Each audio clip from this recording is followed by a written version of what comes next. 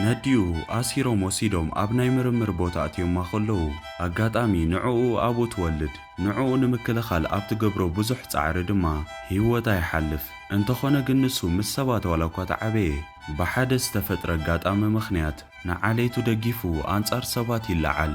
ሰላም ጋይስ ሎማዓንቲ ድማ ኩላትና ብንእስነትና ንዝክራ ራይስ ኦፍ ዘ ፕላኔት ኦፍ ዘ ኤፕስ ዘርእስታ ካብ መጀመርታኣ ክሳብ መወዳእታ እንዳመቀረት ትመጽእ ኣዝያ መሳጢት ፊልም ሒዘልኩም መጽእ ዘለኹ ናብታ ፊልም ኸሕልፈኩም።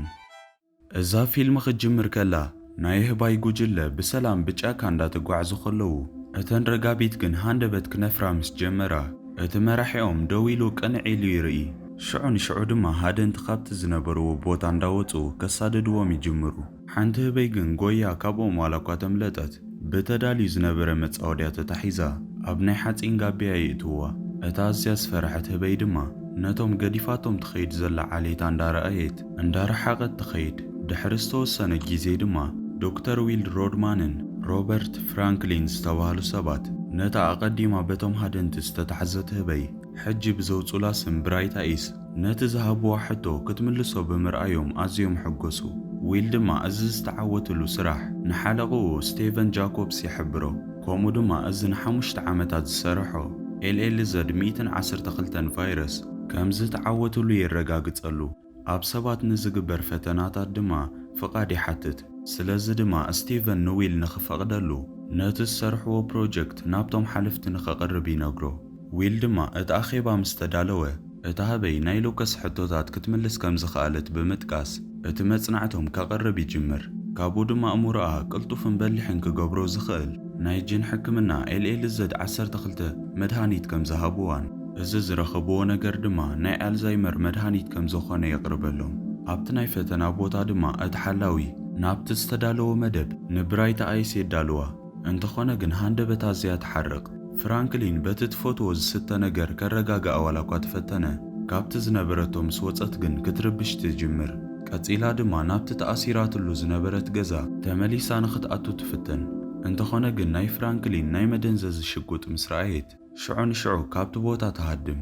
ዊል ኣብቲ ኣኼባ ናይ LLZ-112 እቲ ሓደ ኣሉታዊ ጎኑ ኣብተን ኣህባይ ኣብ ዓይነን ዘሎ ቀጠልያ ዓይነት ከም ዝኾነ እንዳተዛረበ ኸሎ እታ ዝተጨነቐት ብራይት ኣይስ ናብቲ ህንፃ ሴራ ተኣቱ። ከምኡ ድማ ናብቲ ኣኼባ ዝነበሮ ቦታ ብመስኮት ሴራ ብምእታዋ በቶም ሓለውቲ ብጢት ትህረም። እታ ህበይ እውን ኣብቲ ዝነበረቶ ጠረጴዛ ህይወታ ምስ ሓለፈ ዊልን እቶም ኣብቲ ኣኼባ ዝነበሩ ሰባትን ብተስፋ ምቑራጽ ይርእዩ። ከምኡ ድማ በቲ ዘጋጠመ ነገር ምኽንያት ኩሉ ዝገብርዎ ናይ ፈተነታት ዓይነት ንኽቋረጽ ይሕብር። ፍራንክሊን ደጊሙ ንኻሓስበሉን ከምኡ ድማ እንስሳታት ከም ሰብ ክሓስቡ ከም ዘይክእሉ ይነግሮ። ስቴቨን ግን በቲ ናቱ ንግዲ ጥራይ ዝሓስብ ስለ ዝነበረ ክሰምዖ ይከኣለን። ዊል ድማ ናይ LLZ-112 ፍርያቱ ንኽቕጽል ናይ ስቴቨን ሓገዝ ይሓትት። እንተኾነ ግን ስቴቨን ብፍጹም ክቕበሎ ይከኣለን። ብዙሕ ከይጸንሐ ድማ ፍራንክሊን ኣብ ናይ ብራይት ኣይስ ዝነበረቶ ገዛ ሓድሽ ዝተወለደ ህበይ ይረክብ። ስለዚ ድማ ነታ ህበይ ኣብ ዘጥቅዑላ ዝነበሩ ግዜ ንሳ ግን ወዳ ትሕሉ ከም ዝነበረት ዊል ይርዳእ። ፍራንክሊን ድማ ነቲ ዝተወለደ ህበይ የረክቦ። እንተኾነ ግን ዊል መጀመርያ ናብ ገዝኡ ንኽወስዶ ፍቓደኛ ኣይኮነን ነይሩ። እንተኾነ ግን ፍራንክሊን ሓደ ተወሳኺ እንስሳ ንጸገም ኣሕሊፎም ንኽህብዎ ፍቓደኛ ስለ ዘይኮነ ንኽሰማማዕ ይሓቶ። በዚ ምኽንያት ድማ ዊል ተጣዒሱ በቲ ዝበሎ ሓሳብ ይሰማማዕ። ናብ ገዛ ምስ ከደ ድማ ዊል ኣቦኡ ቻርልስ ፒያኖ ንኽሃርም ክቃለስ ከሎ ይረኽቦ። ዊል ድማ ነቲ ዘምጽኦ ንእሽተይ ህበይ ነቦኡ የርእዮ። ድሓር ድማ ዊል በቲ ናይቲ ንእሽተይ ህበይ ብኽያት ምኽንያት ካብ ድቃሱ ይትስእ። ነቲ ንእሽተይ ህበይ ሓቒፉ ዝሕጸበሉ ቦታ እንዳዳለወሉ ኸሎ ዊል ብዛዕባ እቲ ፕሮጀክት መወዳእቱ እንታይ ከም ዝኸውን ይጭነቕ። ሃንደበት ግን እቲ ንእሽተይ ህበይ ኣብ ናይ ኢዱ ጻብዕቲ ይሕዞ። እዚ ድማ ንዊል ሕጂ እውን ተስፋ ከም ዘለዎ ይእምኖ። ኣብ ዝቕጽል መዓልቲ ድማ እቲ ንእሽተይ ህበይ ካብ ዝውለድ ሓንቲ መዓልቲ ጥራይ ዋላ እኳ ተገበረ ባዕሉ ክምገብ ምስ ረኣይዎ ዊልን ቻርልስን ኣዝዮም ይግረሙ። ዊል ድማ ናብ ዓይኑ ምስ ረኣየ ኣብ ዓይኑ ቀጠልያ ክፋል ከም ዘለዎ የረጋግጽ። ድሕሪ 3 ዓመት ድማ ዊል ነቲ ንእሽተይ ዝነበረ ህበይ ሴዛር ኢሉ ስም የውጻሉ። ንዕኡ ድማ መምሃሩ ይቕጽል። ሴዛር ዋላ እኳ ተኾነ ናይ ሰባት ኣነባብራ ለሚዱ ብበዓል ሞያ ምቁጽጻር ከይተገብረሉ ክንቀሳቐስ ይኽእል። ከምኡ ድማ ዊል ናይ ምንቅስቓስ ቋንቋ የላምዶ። ከምኡ ድማ ሴዛር ናይ ምሕሳብ ብቕዓቱ ልዑል ስለ ዝኾነ ናይ ሉካስ ታወር ሕቶታት ክምልሶ ይጅምር ከምኡ ድማ እቲ ላዕለዋይ ክፋል ናይቲ ገዛ ናይ ሴዛር ክፍሊ ክኸውን ከሎ ሴዛር እውን ብወገኑ ኩሉ ግዜ በቲ መስኮት ተቐልቂሉ በቲ ቦታ ዝሓልፉ ሰባት ምርኣይ ይፈትዩ ነይሩ ከምኡ ድማ ዊል ናይ ሴዛር ናይ ምሕሳብ ብቕዓቱ ክመዝን ከሎ ኣብቲ ላዕሊ ገዛ ዓውዓው ይሰምዕ ቻርልስ ብሓይሊ ካብታ ነርስ እቲ መብራህቲ መንጢሉ ክሰብሮ ከሎ ይረኽቦ እታ ዝሓረቐት ናይ ቻርልስ ነርስ ድማ ስራሓ ከም ዘቋረፀትን ንቻርልስ ኣብ ናይ ዓበይቲ መንበሪ ቦታ ክወስዶ ከም ዘለዎ ሓሳባ ነጊራቶ ትኸይድ ዊል ግን ኣቦኡ ናብቲ ቦታ ንኽሰዶ ፈቓደኛ ስለ ዘይኮነ ቁሩብ ናይ ኤልኤልዘድ 112 መድሃኒት ከይተረኣየ ይሰርቕ ሴዛር እንዳረኣዮ ከሎ ድማ ዊል ንቻርልስ እቲ መድሃኒት ይህቦ ንጽባሒቱ ድማ ዊል ንቻርልስ ጽቡቕ ጌሩ ፒያኖ ክሃርም ከሎ ይርዮ ቻርልስ ኣቦኡ ናብ ናይ ቀደም ሓይሉ ተመሊሱ ምስ ረኣየ ድማ ዓይኑ ንብዓት ይቖፅር ዊል ንቻርልስ ዓይኑ ኸመይ ከም ዘሎ ክፍትሾ ከሎ ሴዛር ድማ ኣብቲ ላዕሊ ገዝኡ ኮይኑ ናይቲ ከባቢ ቆልዑ ሳይክል ክዝውሩ ከለዉ ይርኢ ሳይክል ከመይ ጌርካ ከም ዝዝወር ናይ ምፍላጥ ህርፋን ዘለዎ ሴዛር ድማ በቲ ተኸፊቱ ዝነበረ መስኮት ቀስ ኢሉ ወፂኡ ኣብቶም ናይ ጎረቤቶም ገዛ ሳይክል ይረክብ ሓንቲ ቆልዓ ድማ ንሴዛር ትረኽቦ እሞ ኣቦኣ ዳግለስ ሃንሲንከር ዝተባሃለ ድማ በትሪ ሒዙ ክሰጎ ይጅምር ሽዑ ንሽዑ ድማ ዌል ይመጽእ እሞ ንሃንሲንከር ደው ኣቢሉ ነቲ ተሃስዩ ዘሎ ሴዛር ሒዝዎ ይኸይድ ዊል ንሴዛር ሒዙ ናብ ናይ መካነ እንስሳ ሓኪም ናብ ካሮሊን ዝተባሃለት ጓል ሒዝዎ ይኸይድ ኣብ ዝሕከመሉ ዝነበረ ግዜ ድማ ሴዛር ምስ ዊል ብምልክት ክዘራረብ ይጅምር ካሮሊን ድማ ኣዝያ ተገሪማ ሴዛር ብምልክት እንታይ ይብሎ ከም ዘሎ ትሓቶ በዚ ምኽንያት ድማ ዊል ከይፈተወ ንድራር ክጋብዛ ከም ዘለዎ ሴዛር ይነግሮ ከም ዘሎ ይገልጸላ ብዙሕ ከይጸንሑ ድማ ዊልን ካሮሊንን ተላልዮም ናብ ናይ ሴዛር ክፍሊ ሒዝዋ ይኸይድ ነቲ ገዛ ምስ ረኣየቶ ድማ ጽቡቕ ጌሩ ከም ዘዳለወሉ ብምንጋር ንዊል ተድንቆ እንተኾነ ግን ሴዛር ምስ ዓበየ ከመይ ከም ዝኸውን ተሓስብ ከም ዘላ ትነግሮ ካሮሊን ኣህባይ ትፈትያ ግን ኣዝያ ስለ ትፈርሖም ሴዛር ግን ምስ ዊል እንዳተጻወተ ንሱ ዝሰዓሮም ሲሉ ሓደገኛታት ከም ዘይኮኑን ወላ ሓንቲ ከም ዘይገብሩን የርእያ ኩሎም ድማ ብሓደ ይስሕቁ እሞ ካሮሊን ካብዚ ገዛ ወፃኢ ናብ ካልእ ቦታ ክወስዶ ከም ዘለዎ ሓሳብ ተቕርበሉ ካብኡ ንድሓር ድማ ንሴዛር ናብ ሙየር ዊድስ ዝተባሃለ ጫካ ይወስድዎ ከምኡ ድማ ብነፃነት ኣብቲ ቦታ ንኽዘዋወር ናይ ሴዛር ገመድ ይፈትሓሉ ሴዛር ኢዱ ናብ ዊል ምስ ኣልዓለ ካሮሊን ፍቓዱ ይሓቶ ከም ዘሎ ትነግሮ ዊል ከም ዘፍቀደሉ ምስ ረኣዮ ሴዛር ናብቲ ልሙዕ ጫካ ብሓጎስ ይኣቱ ሓደ ዓቢ ገረብ ይረክብ እሞ ናብቲ ላዕሊ ይድይብ ዊል እውን ብወገኑ ሴዛር ኣብዚ ተፈጥራዊ ቦታ ክዘናጋዕ ምስ ረኣዮ ኣዝዩ ይሕጎስ ድሕሪ 5 ዓመታት ድማ ሴዛር ነቲ ዊር ዊድስ ዝተባሃለ ጫካ ኣዝዩ እንዳፈተዎ ይመጽእ ናብቲ ነቲ ሙሉእ ከተማ ክርእየሉ ዝኽእል ዓቢ ገረብ ድማ ይድይብ ዋላ እኳ ሴዛር ካሮሊን ናይ ዊላድ ህቦ ብምውሳዳ እንተቐንአ ካሎሪንን ዊልን ግን ፍቑራት ይኾኑ ሴዛር ድማ ካብቲ ዝነበሮ ገረብ ወሪዱ ናብኦም ምስ ከደ ብሓደ ናብ ገዛ እንዳተመለሱ ከለዉ ሓደ ኸልቢ ናብ ሴዛር ዓዊሉ ክነብሕ ይጅምር ብኡ ዝሓረቐ ሴዛር ድማ ነቲ ኸልቢ የፈራርሖ ነቲ ኩነታት ርእዩ ድማ ሴዛር ንሱ ናይ ገዛ እንስሳ ዲኮነን ንዊል ይሓቶ ዊል ድማ ተረጋጊኡ ባዕሉ ዘዕበዮ ከም ኣቦኡ ከም ዝኾነ ይነግሮ ሴዛር ግን በዚ መልሲ ከም ዘይተሓጎሰ ምስ ረኣየ ዊል ናብ ጄንሲ ይወስዶ እሞ ኣዲኡ ኣቦኡ ከም ዝሞተት የርእዮ ከምኡ ድማ ነዲኡ ነቲ ንቻርልስ ዝሃቦ መድሃኒት ከም መፈተኒ ከም ዝተጠቀሙላን እሳ ድማ ናይቲ መድሃኒት ውፅኢት ንዕኡ ሪሳቱ ከም ዝሞተት ይነግሮ ዊል ናብቲ ገዛ ከምፅኦ ከሎ ነቲ ዝወረሶ ናይ እምሮ ብቕዓት ከይፈለጠ ንሴዛር ከድሕኖ ጥራይሉ ናብዚ ገዛ ከም ዘምፅኦ ንካሮሊን ይነግራ ከምኡ ድማ ዊል እቲ መድሃኒት ዝተንከፎ ናይ እምርኡ ሴላት ንኸሕውየሉ ኢሉ ከም ዝኾነ ይገልጸላ እንተኾነ ግን ወላ ሓንቲ ጸገም ዘይብሉ ናይ ሴዛር ኣእምሮ ካብቲ ዝተጸበዮ ንላዕሊ ናይ ምሕሳብ ክእለቱ ይውስኽ እዩ ዘሎ ካሮሊን ድማ ኣብዚ ውሽጢ ኩሉ ነገራት ሴዛር ኣበይ ከም ዝምደብ ተሓቶ ዊል ድማ በቲ ዝገበርዎ ምርምር ከም ኣቦኡ ንዝኾኑ ሰባት ከም ዝፍውስን እቲ መድሃኒት ናብ ናይ ቀደም ሓይሎም ከም ዝመልሶም ይገልጸላ ሴዛር ግን ኣብቲ ላዕሊ ኮይኑ እቲ ናቶም ክርክር ይሰምዕ ነይሩ ብዛዕባ ህልውንኡን ማንነቱን ተጨኒቑ ድማ ንገዛእ ርእሱ ኣብ መስትያት ይርኢ ንጽባሒቱ ቁርስ እንዳተመገቡ ከለዉ ድማ ሴዛር ክበልዕ ፍቓደኛ ኣይነበረን ቻርልስ ነቲ ሒዝዎ ዝነበረ ፋርኬታ ገልቢጡ ንኽበልዕ ክጽገም ከሎ ሴዛር ርእዩ ተረዲእዎ ነቲ ፋርኬታ ኣተሓሕዙ የመዓራርየሉ እንተኾነ ግን ሴዛርን ዊልን ናይ ዝተጨነቐ ጠማምታ ይጠማመቱ ዊል ድማ ደሙ ክምርምር ከሎ ናይ ቻርልስ ደሙ ዝغيሩ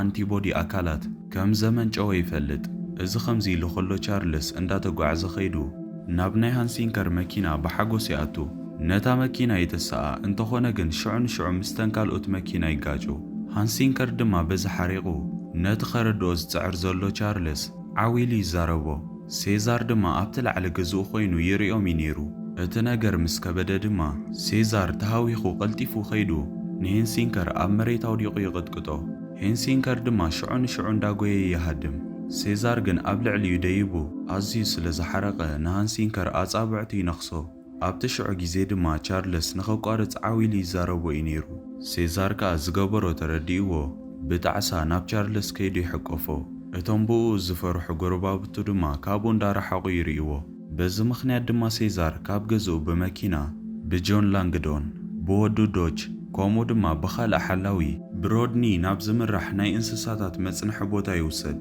ዊል ሴዛር ቅድሚ ሕጂ ምስ ካልኦት ኣህባይ ተቐሚጡ ስለ ዘይፈልጥ በዚ ነገር ከም ዝሰግአ ይነግሮ እንተኾነ ግን ላንግዶን ሴዛር እዚ ቦታ ከም ዝለምዶ ይነግሮ ሴዛር መጀመርያ ኣብቲ ዓቦ ቦታ ምስ እተውዎ ኣዝዩ ይሕጎስ እንተኾነ ግን ኣብኡ ከም ዝተርፍ ምስ ፈለጠ ቀልጢፉ ይሓርቕ ከምኡ ድማ ሴዛር ንዊል ናብ ገዛ ንኽመልሶ ይሓቶ እንተኾነ ግን ዊል ክገብሮ ዝኽእል ሴዛር ኣብ ቀረባ ግዜ ተመሊሱ ናብ ገዝኡ ከም ዝኸይድ ነጊሩ ተስፋ ክህቦ ጥራይ ነይሩ ዊል ካብቲ ቦታ ምስ ከደ ሴዛር ካብ ልቡ ሓዚኑ ይነብዕ ዊልን ካሮሊንን ካብቲ ቦታ ምስ ከዱ ዶች ንሴዛር ናብቶም ኣብ ጭንቀት ዘለዉ ከምኡ ዓይነት ኣህባይ ናብ ዘለውዎ ቦታ ኣብ ሓደ ክፍሊ ይእትዎ ድሓር ድማ ዊል ካብቲ ተኣሲሩሉ ዘሎ ንሴዛር ብሕጊ ከፍትሖ ዋላ እኳ ተፈተነ ክሰልጦ ይከኣልን ሓሪቑ ድማ ምስታ ጸሓፊት ዓዊሉ ክዛረብ ይጅምር ንሳ ድማ ሕጂ እውን ዓቕሊ ንኽገብርን ንሴዛር ክሳብ ሕጂ ዘየወገድዎ ኸማን ከመስግን ከም ዘለዎ ትነግሮ ኣብቲ ገዛ ድማ ቻርልስ ሴዛር ብዘይምህላው ኣዝዩ ይሓዝን እንዳተዘራረቡ ኸለዉ ድማ ሃንደበት ቻርልስ ደንዚዙ ሱቕ ይብል ከምኡ ድማ ዊል ካብ ሕጂ ንድሓር እቲ መድሃኒት ኣብ ቻርልስ ወላሓንቲ ውፅኢት ከም ዘይብሉን ናይ ኣልዛይመር ሕማሙ ድማ ካብቲ ዝነበሮ ብቕልጡፍ እንዳወሰኸ ከም ዝኸይድ ይፈልጥ ዊል ድማ ንኽልቲኦም ንሴዛርን ነቡኡን ክስእን ስለ ዘይደለየ ነቲ መድሃኒት ካብቲ ዝነበሮ ብዝበለጸ ንኽበርትዖ ይውስን ከምኡ ድማ ንስቴቨን ምርምሩ ንኽቕጽል ንኽእምኖ ዊል ኣብ ቻርልስ እቲ ተስፋ ዘለዎ መድሃኒት ከም ዝተጠቀመሉ ይነግሮ ጽቡቕ ንግዲ ከም ዝኸውን ብምሕሳብ ድማ ምስቲ ቅድሚ ሕጂ ዝነበረ ቫይረስ ብጋዝ ጥራይ ዝፈላለ ናብ ኤልኤልዘድ 113 ንኽዕብይዎን ንኽድግፎምን ይሰማማዕ ኣብቲ ናይ መጽንሒ ቦታ ድማ ንሴዛር የሸግርዎ ስለ ዝነበሩ ንዝበልዕዎ መግቢ ስኮፐስ እንዳመገቦም ከሎ እቲ ሓሪቑ ዘሎ ሴዛር ድማ መሊሱ ናብ ዶች እቲ መግቢ ይድርቤሉ እሱ ድማ ብርቱዕ ሓይሊ ዘለዎ ቦምባ ከፊቱ ናብኡ እንዳደፈአ ይሳቅዮ ዶች ምስ ከደ ድማ ሴዛር ኣብቲ ገዛ ዓዊሉ ድምፂ ኸስምዕ ይጅምር ገዝኡ ዝነፈቐ ሴዛር ድማ ከምታ ኣብ ላዕሊ ገዝኡ ዘላ መስኮት ኣብቲ መንደቕ እንዳሰኣለ ኣብ ልዕሊኡ ይድገፍ ብኻልእ ወገን ኣህባይ ንናይ ዊል ፈተናታት ዝኸውን ይዳሎ ንናይ መጀመርያ ፈተናኦም ድማ ዊል ከመይ ጌርካ መግቢ ከም ዝሕተት ንዝፈልጥ ንኮባ ይመርጽ ኣብቲ ናይ ምርመራ ግዜ ድማ ኮባ ኣዝዩ ይሓርቕ እሞ ፍራንክሊን ኣብ ገጹ ገይርዎ ዝነበረ ማስክ የውድቐሉ እዚ ድማ ንኤልኤልዘድ 113 ቫይረስ ከም ዝቃላዕ ይገብሮ እዚ ከምዚ ኢሉ ኸሎ ሴዛር ኣብቲ ናይ መጽንሒ ቦታ ምስቶም ኣብኡ ዘለዉ ከምኡ ዓይነት ኣህባይ ይሕወስ ናይቶም ኣህባይ መራሒ ዝኾነ ሮኬት ዝተባህለ ድማ ንሴዛር ክዳኑ ቀዲዱ ኣብ መሬት ኣውዲቑ እንዳሃረመ እሱ መራሒ ከም ዝኾነ ይርእዮ ሴዛር ግን ናብቲ ገረብ ይሃድም ሮኬት ድማ ተኸቲልዎ ብምኻድ ካብቲ ላዕሊ ይውድቆ መሊሱ ሮኬት እንደገና ንዕኡ ቅድሚ ምጥቅዑ ዶች ንኹሎም ብመደንዘዚ ይወግኦም ኣብቲ ላባላቶሪ ድማ ስቴቨን ኮባ ናይ ስቴቨን ናይ መወዳእታ ስሙ ክጽሕፍ ምስ ረኣየ ኣዝዩ ይግረም ኣብ ኮባ ድማ ተወሳኺ ምርመራ እንዳገበሩ ኸለዉ ፍራንክሊን ደም ይስዕል ኣብታ ምሸት ድማ ሞሪስ ዝተባህለ ኣብቲ ዝተኣሰረሉ ኮይኑ ብናይ ምልክት ቋንቋ ንሴዛር ክረዳድኡ ይፍትን ሴዛር ድማ ብኡ እንዳተገረመ ኸሎ ሞሪስ ኣብ ናይ ሰርከስ ትርኢት ከም ዝሰልጠነ ይነግሮ ናብቲ ላባላቶሪ ንምውሳድ ድማ ካልእ ከምኦም ዓይነት ህበይ ጎቲቶም ክወስድዎ ኸለዉ ይርእዩ ሞሪስ ድማ ደቂ ሰባት በእምሮኦም በላሕቲ ዝኾኑ ህባይ ስለ ዘይፈትዉ ንሴዛር ንኽጥንቀቕ ይነግሮ ሓደ መዓልቲ ድማ ዊልን ካሎሪንን ብሓደ ኮይኖም ንሴዛር ክበጽሕዎ ናብቲ ቦታ ምስ መጹ ሴዛር በቶም ሓለውቲ ከም ዝተሃሰየ ይነግሮም ተሓታቲ መን ከም ዝኾነ ስለ ዝፈለጠ ድማ ዊል ንዶች ናብቲ መንደቕ ይጸግዖ ላንግዶን ግን ናብቲ ቦታ ምስ መጸ ዊል ንሴዛር ደጊሙ ናብ ገዝኡ ንኽወስዶ ይፍትን እንተኾነ ግን ላንግዶን ናይ ቤት ፍርዲ ትእዛዝ ከም ዘድልዮ ይዘክሮ ሴዛር ድማ ደጊሙ ናብ ገዛ ንኽወስድዎ ይሓቶም ዊል ግን ብጣዕሳ ሕጂ እውን ጊዜኡ ከም ዘይኣኸለን ኣብ መጻኢ ግን ናብ ገዛ ከም ዝወስዶ ቃል ይኣትወሉ ሴዛር ግን እሶም ድሕሪ ምኻዶም እንዳበኸየ ከም ዝተኸድዐ ይስምዖ ኣብቲ ንሱ ተኣሲሩሉ ዝነበረ ድማ ሴዛር ኣብቲ ላዕሊ ናይ ዝነበረት ክፍሊ ገዝኡ ከምታ ናይታ መስኮት ቅርጺ ሲኢልዎ ዝነበረ ብሕርቃን ይድምስሶ እቶም ኣህባይ ናብቲ ኻንሸሎ ምስ ተፈነው ድማ ሴዛር ናብታ ላዕሊ ገረብ ደይቡ ኣብታ ላዕሊ ኮፍ ይብል ናብቲ መወዳእታ ላዕሊ ዘደይባ ኣስካላን ከምኡ ድማ ባግ ዝተባህለ ብፍልይ ዝበለ በይኑ ዝተኣስረ ካብቲ ዝተኣስሮ ድማ ዘየውፅዎ ዓብ ጋውና ከም ዘሎ ይርኢ ካብኡ ድማ ሴዛር ኣብቲ ላዕለዋይ ክፋል ብዝነበረ ቬትሮ ነታ ከተማ ጽቡቕ ገይሩ ይሪኣ ጸኒሑ ድማ ዶች ናብቲ መንበር ናይቶም ኣህባይ ንመሓዙቱ ሒዝዎም ብምምጻእ ናብቲ ተኣሲሮምሉ ዝነበሩ ሓጺን ናይ ኤሌክትሪክ ታይዘር እንዳገበረ ነቶም ኣህባይ ከጨንቆም ይጅምር ሓደ መሓዞኦም ድማ ናብቶም ኣህባይ ተጸጊዑ እንዳኸደ ኸሎ ሴዛር ቀሪቡ ንዕኡ ጎቲቱ ብምሓዝ ካብ ጅቡኡ ካራ ይሰርቕ ኣብታ ምሸት ድማ ሴዛር ነቲ ንሱ ተኣሲሩሉ ዝነበረ በታ ካራ ተጠቂሙ ይኸፍቶ ሴዛር ድማ ካብቲ ንሱ ተኣሲሩሉ ዝነበረ ክወፅእ ከሎ ሞሪስ ይሪኦ ሴዛር ግን ነቲ ባክ ተኣሲሩሉ ዝነበረ ማዕጾ ኸፊቱ ቀስ ኢሉ የተስኦ ባክ ድማ እቲ ማዕጾ ተኸፊቱ ከም ዘሎ ቅድሚ ምርኣዩ ካብ ድቃሱ ስለ ዘተስኦ ንሴዛር ክሓርቀሉ ይጅምር ሴዛር ድማ ምስ ኣረጋግኦ ባክ ናብቲ ደገ ክወፅእ ስለ ዘይደለየ ናብ ድሕሪት ይምለስ ሃንደበት ግን ባክ ካብቲ ዝነበሮ ገዛ ይወፅእ እሞ ኣብቲ ናቶም ካንሸሎ ብሓጎስ ክጎይን ክገላበጠን ይጅምር ንሴዛር ድማ ኣብቲ ከባቢኡ እንዳተዘዋወረ ዓዊሉ ድምፂ ኸስምዕ ይጅምር ባክ ካብቲ ተኣሲሩሉ ዝነበረ ገዛ ስለ ዘውፅኦ ንሴዛር ብምምስጋን ቅንዕ ኢሉ ይርዮ ሴዛር ድማ ቀጺሉ ንሮኬት ካብቲ ተኣሲሩሉ ዝነበረ የውፅኦ እሞ ክልቲኦም ድማ ነንሕድሕዶም ክበኣሱ ጀሚሮም ሴዛር ኣብ መሬት ኣውዲቑ ይቕጥቅጦ እንተኾነ ግን ቁሩብ ጸኒሑ የደንግጾ ሮኬት ድማ ባክ ካብቲ ተኣሲሩሉ ዝነበረ ገዛ ወፂኾም ዘሎ ምስ ረኣየ እቶም ኩሎም ኣህባይ እንዳረኣይዎ ከም ዝተሰዓረ ኣሚኑ በዚ ሓድሽ መራሒኦም ሴዛር ኢዱልዒሉ ብኡ ከም ዝምራሕ ይገልጸሉ ኣብ ሓደ ምሸት ድማ ዊል ንቻርለስ ናይ LLZ 113 ክህቦ ይፍትን ቻርለስ ግን ብኡ ፍቓደኛ ኣይነበረን ዊል ድማ ነብኡ ኢዱ ሒዝዎ ኣብኡ ይድቅስ ዊል ካብ ድቃሱ ምስ ተስአ ግን ቻርለስ ኣብኡ ህይወቱ ሓሊፉ ይጸንሖ ድሕሪ ናይ ቀብሪ ስነ ስርዓት ድማ ነቲ ገዛ እንዳለዓለ ኸሎ ዊል ናቱ ናይ ሴዛርን ስእሊ ይረክብ ሓዘኑ ሪኣ ድማ ካሮሊን ገገለ ዘጋጥምዎ ነገራት ክቕበሎም ጥራይ ከም ዘለዎ ትመኽሮ ብዙሕ ከይጸንሐ ድማ ናይ LLZ 113 መድሃኒት ንኽሸጦ ስቴቭ ብቕልጡፍ ፈተናታት ይገብር ከም ዘሎ ይፈልጥ ዊል ግን ዘይተፈልጠ ኣሉታዊ ጎንታት ኣብ ሰባት ክኸትል ከም ዝኽእል ብምንጋር የጠንቅቆ እንተኾነ ግን ስቲቭ ናይ ፈተነ መድሃኒት ነብኡ ሂብዎ ከም ዝነበረ ይዘክሮ በዚ ጉዳይ ድማ ስቴቨን ዊል ስርሑ ክስእን ከም ዝኽእል ይፈራርሖ በዚ ምኽንያት ድማ ዊል ስርሑ የቋርጽ እዚ ከምዚ ኢሉ ኸሎ ድማ ናይ ፍራንክሊን ኩነታት እንዳኸበደ ስለ ዝመጸ ናቱ ሓገዝ ንኽሓትት ናብ ናይ ዊል ገዛ ይኸይድ እንተኾነ ግን ኣብቲ ገዛ ወላ ሓደ ሰብ ኣይነበረን ንሃንሲንከር ድማ ብኡ ረኺብዎ ናብኡ ደም ይስዕል ድሓር ድማ ዊል ሴዛር ንኽፈትሕዎ ንላንግዶር ግቦ ይህቦ እንተኾነ ግን ናብ ሴዛር ምስ ከደ ሕጂ እውን ሴዛር ሓሪቑ ስለ ዝነበረ ካብኡ ንኽወፅእ ፍቓደኛ ስለ ዘይነበረ ነቲ ማዕጾ ይዓጽዎ ኣብታ ምሸት ድማ ሴዛር ናይቶም ካልኦት ኣህባይ እምነት ንኽረክብ ሮኬት ንኹሎም ብሽኮት ከም ዘዕድሎም ይገብር ንጽባሒቱ እቶም ኣህባይ ናብ ካንሸሎ ምስ ወፁ ሞሪስ ንሴዛር ንምንታይ ናይቶም ካልኦት ኣህባይ እምነት ከም ዝደለየ ይሓቶ ሴዛር ድማ ሓደ በይኑ ዝኾነ ህበይ ድኹም ከም ዝኾነ ግን ኩሎም ብሓደ እንተደኣ ኮይኖም ሓያላት ከም ዝኾኑ ይገልጸሉ እንተኾነ ግን ሞሪስ ኣህባይ በላሕቲ ከም ዘይኮኑ ጥራይ ናቱ ርእይቶ ሂብዎ ይኸይድ ሴዛር ከዓ በዚ ዝበሎ ነገር እንዳሓሰበ ሮድኒ ነቲ ማዕጾ ንኽኸፍት እቲ ኮድ ክጥውቖ ኸሎ ሴዛር ይሪኦ ምሸት ድማ ነቲ ኮድ ተጠቂሙ ካብቲ ገዛ ይወፅእ በቲ ላዕሊ ቦሎፎን መውፅእ ኸፊቱ ድማ ናብ ዊል ይኸይድ ኣብኡ ድማ ዊልን ካሎሪንን ደቂሶም ከለዉ ሴዛር ናይ LLZ 113 መድሃኒት ረኺቡ ነቶም ኣህባይ ኣእምሮኦም በላሕቲ ከም ዝገብሮም ይርዳእ ሴዛር ድማ ካብኡ ወሲዱ ናብቲ ናይ ህባይ መእሰሪ ቦታ ብምኻድ ናብቶም ኣህባይ ይብትኖ ነጽባሒቱ ሴዛር ነቶም ኣህባይ ኣብ ዓይኖም ቀጠልያ ሕብሪ ኣለዎም ድዩ የብሎምን ይምርምር በዚ ድማ ሕጂ ልዑል ናይ ምሕሳብ ብቕዓት ከም ዘለዎም የረጋግጽ ላንግዶር ድማ እቶም ኣህባይ ብሓደ ተኣኪቦም ደው ኢሎም ከለዉ ይርኢ እዚ ከምዚ ኢሉ ኸሎ ድማ ፍራንክሊን ሞይቱ ይርከብ ድሓር ድማ ሴዛር ናብቲ ምእሰሪኦም ክፍሊ ምምላስ ይኣቢ ዶች ድማ ናብቲ ቦትኡ ንኽመልሶ ምስኡ ክበኣስ ይጅምር። መሊሱ ኸኣ ንሴዛር ረሳሕ ህበይ ኢሉ ምስ ጸረፎ ሴዛር ብሕርቃን ኣይኮንኩን ብምባል ሃሪሙ ርእሱ የስሕቶ። ቀጺሉ ድማ ነቶም ኩሎም እሱራት ኣህባይ ካብቲ ዝነበሩ ይፈትሖም። ሮድኒ ድማ ኣብቲ ቦታ ስለ ዝነበረ ከጥቅዕዎ ይጅምሩ። እሱ ግን ክሳብ ሕጂ ወላ ሓንቲ ሃሲዎም ስለ ዘይፈልጥ ሴዛር ንዕኡ ደንጊጽሉ ኣብ ሓደ ክፍሊ እትዩ ይዓጽዎ። ዶች ድማ ካብቲ ርእሱ ስሒትዎ ዝነበረ ተሲኡ ነቲ ቴዘር ይሕዞ። እንተኾነ ግን ሴዛር ማይ ናብኡ ብምድፋእ እቲ ኤሌክትሪክ ተመሊሱ ንዕኡ ሒዝዎ ኣብኡ ይመውት። ኩሎም እቶም ኣህባይ ድማ በቲ ላዕለዋይ ክፋል ቦሎፎን ወፂኦም ብሴዛርን ብባክን ዝምርሑ ኣብ ክልተ ግሩፕ ይኾኑ።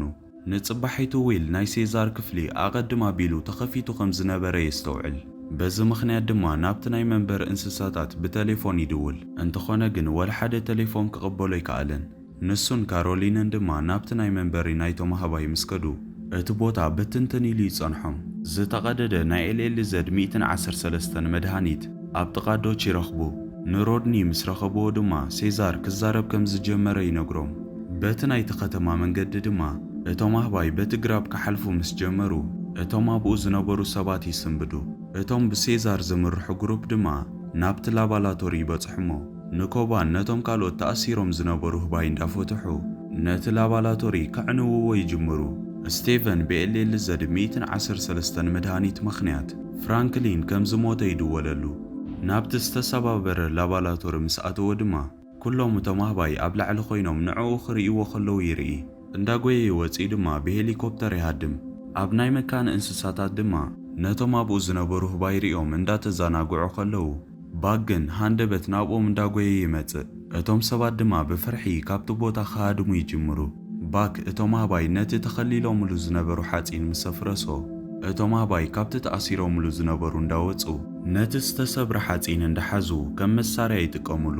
ኩሎም ተኣኪቦም ድማ ነታ ከተማ ክወርዋ ይጅምሩ።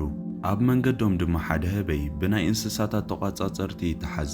እንተኾነ ግን ሴዛርን እቶም ካልኦት ኣህባይን ናብታ መኪና እቲ ሒዞሞ ዝነበሩ ሓጺን ከም ኩናት ክስንድውዎ ይጅምሩ። እቲ ሰብ ካብቲ ቦታ ሒዝዎም ቅድሚ ምኻዱ ድማ ነቶም ተኣሲሮም ዝነበሩ ህባይ ነፃ የውፅዎም። ቀጺሎም ድማ ኦፊሳትን ናይ ስራሕ ቦታታትን ብትንትን የብልዎ። ናይ ፖላይስ መካይን ምስ መጻ ድማ ሞሪስ ናይ ፋኛትረ መኽደን ሓጺን ደርቢዩ ባክ ድማ ሓፃዊን እንዳደርበየ ካብ መንገዶም ደው የብልዎም። ሴዛርን እቶም ናቱ ግሩፕን ድማ ኣብ መኪና ደይቦም ናብቲ ዓብ ድልድል ኣተኪሮም ይጥምቱ። እተን ኣብቲ ድልድል ብመንገዲ ምትዕጽጻው ምኽንያት እተን መካይን ደው ኢለናሉ ዝነበራ ኩሉ ቦታ ብህባይ ይምላእ። ዊልን ካሎሪንን ድማ ካብ ርሕቀት ይርእይዎም እሞ ናብቲ ጫካ የምርሖ ከም ዘለዉ ይሓስቡ። ብላዕሊ ድማ ስቴቨንን መሳርሕቱን በቲ ድልድል ክጓዓዙ ከለዉ ይርእይዎም። ኣብቲ ናይቲ ድልድል መወዳእታ ድማ ንዕኦም ንምጥቃዕ ብዙሓት ፖላይስ ክጸባበይዎም ይጅምሩ። እንተኾነ ግን ሴዛር ኣብ ቅድሚት ኮይኑ ነቶም ሰባት ስለ ዝረኣዮም ገሊኦም ብላዕሊ ገሊኦም ድማ ብታሕቲ ንኽኸዱ መምርሒ ይህቦም። ካሮሊን ድማ ዊል ካብቶም ፖላይስ ኣምሊጡ መታን ክኸይድ ናይቶም ፖላይስ ኣድህቦ ትወስድ። ዊል ድማ ኣብ መንጎቶም ኣህባይን ኣብ መንጎቶም ፖላይስን ዝግበር ዘሎ ውግእ እንዳረኣየ ኣዝዩ ይስንብድ። ሴዛር ድማ ንሓደ ፖሊስ ካብቲ ዝነበሮ ኸውድቆ ከሎ ባክ ድማ ምስቲ ሓደ ክበኣስ ይጅምር። ባክ ነቲ ሰብ ብኸቢድ ቅድሚ መሳዩ ሴዛር ደው ንኸብል ይእዝዞ። ባክ ድማ ተኸቲልዎ ይኸይድ። ሓደ ካብቶም በቲ ላዕሊ ዝኸዱ ዝነበሩ ኣህባይ ድማ ኣብታ ሄሊኮፕተር ብዝነበሩ ሰባት ብጥይት ይረም። እዚ ድማ ንሞሪስ ኣዝዩ ይሕርቆ። በቲ ዝነበረ ብርቱዕ ደበና ድማ እቶም ኣህባይ ኣበይ ከም ዘለዉ እቶም ሰባት ክፈልጡ ይከኣሉን። እቶም ገዋኑ ድማ ንሓንቲ ዓባይ መኪና ገልቢጦም ንገዛእ ርእሶም መከላኸሊ የዳልዉ። እቶም ኣብቲ ድልድል ዝነበሩ ህባይ ድማ ናብ ቅድሚት እንዳጎየዩ ሴዛር ድማ ነቲ መጥቃዕቲ ይመርሕ። ብላዕሊ ዝነበሩ ህባይ ናብ ታሕቲ እንዳዘለሉ ምስቶም ሰባት ክበኣሱ ከለዉ እቶም ብታሕቲ ዝነበሩ ህባይ ድማ ናብ ላዕሊ ክድይቡ ይጅምሩ። ብሓደ ኮይኖም ድማ ነቶም ሰባት ኣዝዮም የዳኽምዎም። ዊል ድማ ናብቲ ቦታ ይመጽእ እሞ ንሴዛር ክጽውዕ ይጅምር። ክልቲኦም ድማ እንዳተጠማመቱ ከለዉ እታ ሄሊኮፕተር ናብኡ ብምምጻእ ተኽሲ ትኸፍት። ሴዛር ብጥይት ንኸይህረም ክብል ድማ ባክ ዘሊሉ ናብታ ሄሊኮፕተር ኣትዩ የጥቅዖም። እታ ሄሊኮፕተር ድማ ናብቲ ድልድል ትወድቕ። ሴዛር ድማ ነቲ ዝመውት ዘሎ ባክ ካብታ ሄሊኮፕተር ስሒቡ የውፅኦ። ናይ ሴዛር ኢድ ሒዙ ድማ ባክ ኣብኡ ይመውት። ስቲቨን ድማ ሓገዝ ንኽረክብ ዓዊሉ ክዛረብ ይጅምር። እንተኾነ ግን ሴዛር ናብኡ ጥራይ ርእዩ ገዲፍዎ ይኸይድ። ኣብ ክንድኡ ድማ ሽዑ ንሽዑ ኮባ ናብኡ ይመጽእ እሞ ነታ ሄሊኮፕተር ካብቲ ድልድል ደፊኡ የውደቓ። ዊል ድማ ብናይ ፖላይስ መኪና ገይሩ እቶም ኣህባይ ናብቲ ጫካ ምስ ኣተዉ ተኸቲልዎም ይኸይድ። ናብቲ ጫካ ድማ ንሴዛር እንዳጸውዐ ይኣቱ። እንተኾነ ግን ኮባ ካብቲ ዝነበሮ ዘሊሉ ወሪዱ ከጥቅዖ ይጅምር። ሴዛር ግን ቀልጢፉ ናብቲ ቦታ ይመጽእ እሞ ንኮባ ካብቲ ቦታ ከም ዝኸይድ ይገብሮ። ዊል ንሴዛር ይቕሬታ ሓቲቱ ናብ ገዛ እንተደኣ መጺኡ ከም ዝቕበሎ ቃል ይኣትወሉ። ሴዛር ግን ንዊል ናብኡ ኣቕርብ ኣቢሉ ኣብ እዝኑ ሕጂ ዘለዎ ቦታ ገዝኡ ከም ዝኾነ ይነግሮ። በቲ ኣጋጣሚ ድማ ዊል ሴዛር ክዛረብ ከሎ ምስ ረኣየ ኣዝዩ ይግረም። እንተኾነ ግን በቲ ሓሳቡ ይሰማማዕ። ሴዛር ድማ ነቶም ኣህባይ መራሒኦም ብምዃን ናብቶም ኣህባይ ተመሊሱ ነታ ከተማ ንኽርኢ ናብታ ዓባይ ገረብ ይድይብ። ድሓር ድማ ሄንሲንከር ናብታ ኤርፖርት ይበጽሕ። ኣብቲ ውሽጢ ኤርፖርት ከሎ ግን ካብ ኣፍንጭኡ ደም ክወፅእ ይጅምር። ኣፍንጭኡ ንኸጽሪ ድማ ደው ይብል። ሕጂ ከመይ ዓይነት ቫይረስ ሒዝዎ ከም ዘሎ ከይፈለጠ ድማ ናብቲ ዝኸዶ ዝነበረ ጉዕዙ ይቕጽል። እቲ የሴምያን ፍሎ ተባሂሉ ዝጽዋዕ ቫይረስ ድማ ብኣጋጣሚ ናብ ሰባት ተቓሊዑ ቀስ ብቐስ ድማ ካብ ሰባት ናብ ሰባት እንዳተመሓላለፈ ልዑል ናይ ህዝቢ ቁጽሪ ምቕናስ ምኽንያት ዝኾነ ወረርሽን ይኸውን። ምናልባት ድማ ንደቂ ሰባት ከጥፍእ ቀሪቡ እዩ። ድሕሪ ነዊሕ ዓመታት እቶም ኣህባይ ኣብ በረኻ ክነብሩ ይጅምሩ። ድሕሪ ግዜ ድማ ናቶም ስልጣንን መምርሕን መስሪቶም ሕጂ ድማ ብሕብረት ኮይኖም መግቢ እንዳሃደኑ ኩሎም ነንሕድሕዶም እንዳተረዳድኡ ብሓደ ክነብሩ ይኽእሉ። ሴዛር ናይቲ ዓሌት መራሒ እዩ። ወዱ ብሉ ኣይስ ድማ ኣብ ዝሃድንሉ ግዜ ምስኡ እዩ ዝኸውን። ድሕሪ ብዙሕ ጻዕሪ ነቲ ዝሃድንዎ ሒዞም ብፈረስ እንዳጋለቡ ናብ ገዝኦም ኸዱ። ከምኡ ድማ ናይቶም ኣህባይ መንበሪ ኣብቲ ጫካ ዝነብሩሉ ቦታ መስሪቶም እዮም። ፊደላት ምንባብን ምጽሓፍን ዝመሃሩሉ ስርዓት እውን ኣለዎም። ሴዛር ናብቲ ገዛ ምስ በጽሐ ሰበይቱ ካልኣይ ውላድ ከም ዝወለደት ይርኢ እሞ ብዛዕባ እቲ ጉዳይ ድማ ንብሉ ኣይስ ይነግሮ። ሴዛር ምስቲ ነቶም ንኣሽቱ ህባይ ዝምህሮም ዝነበረ ሞሪስ ዝተባህለ ህበይ ብዛዕባ ናይ ስልጣነታት ዘዘክር ዝርርብ ይገብሩ። ካብኡ ድማ ሞሪስ ብዛዕባ ናይ ሰባት ጉዳይ የልዕል።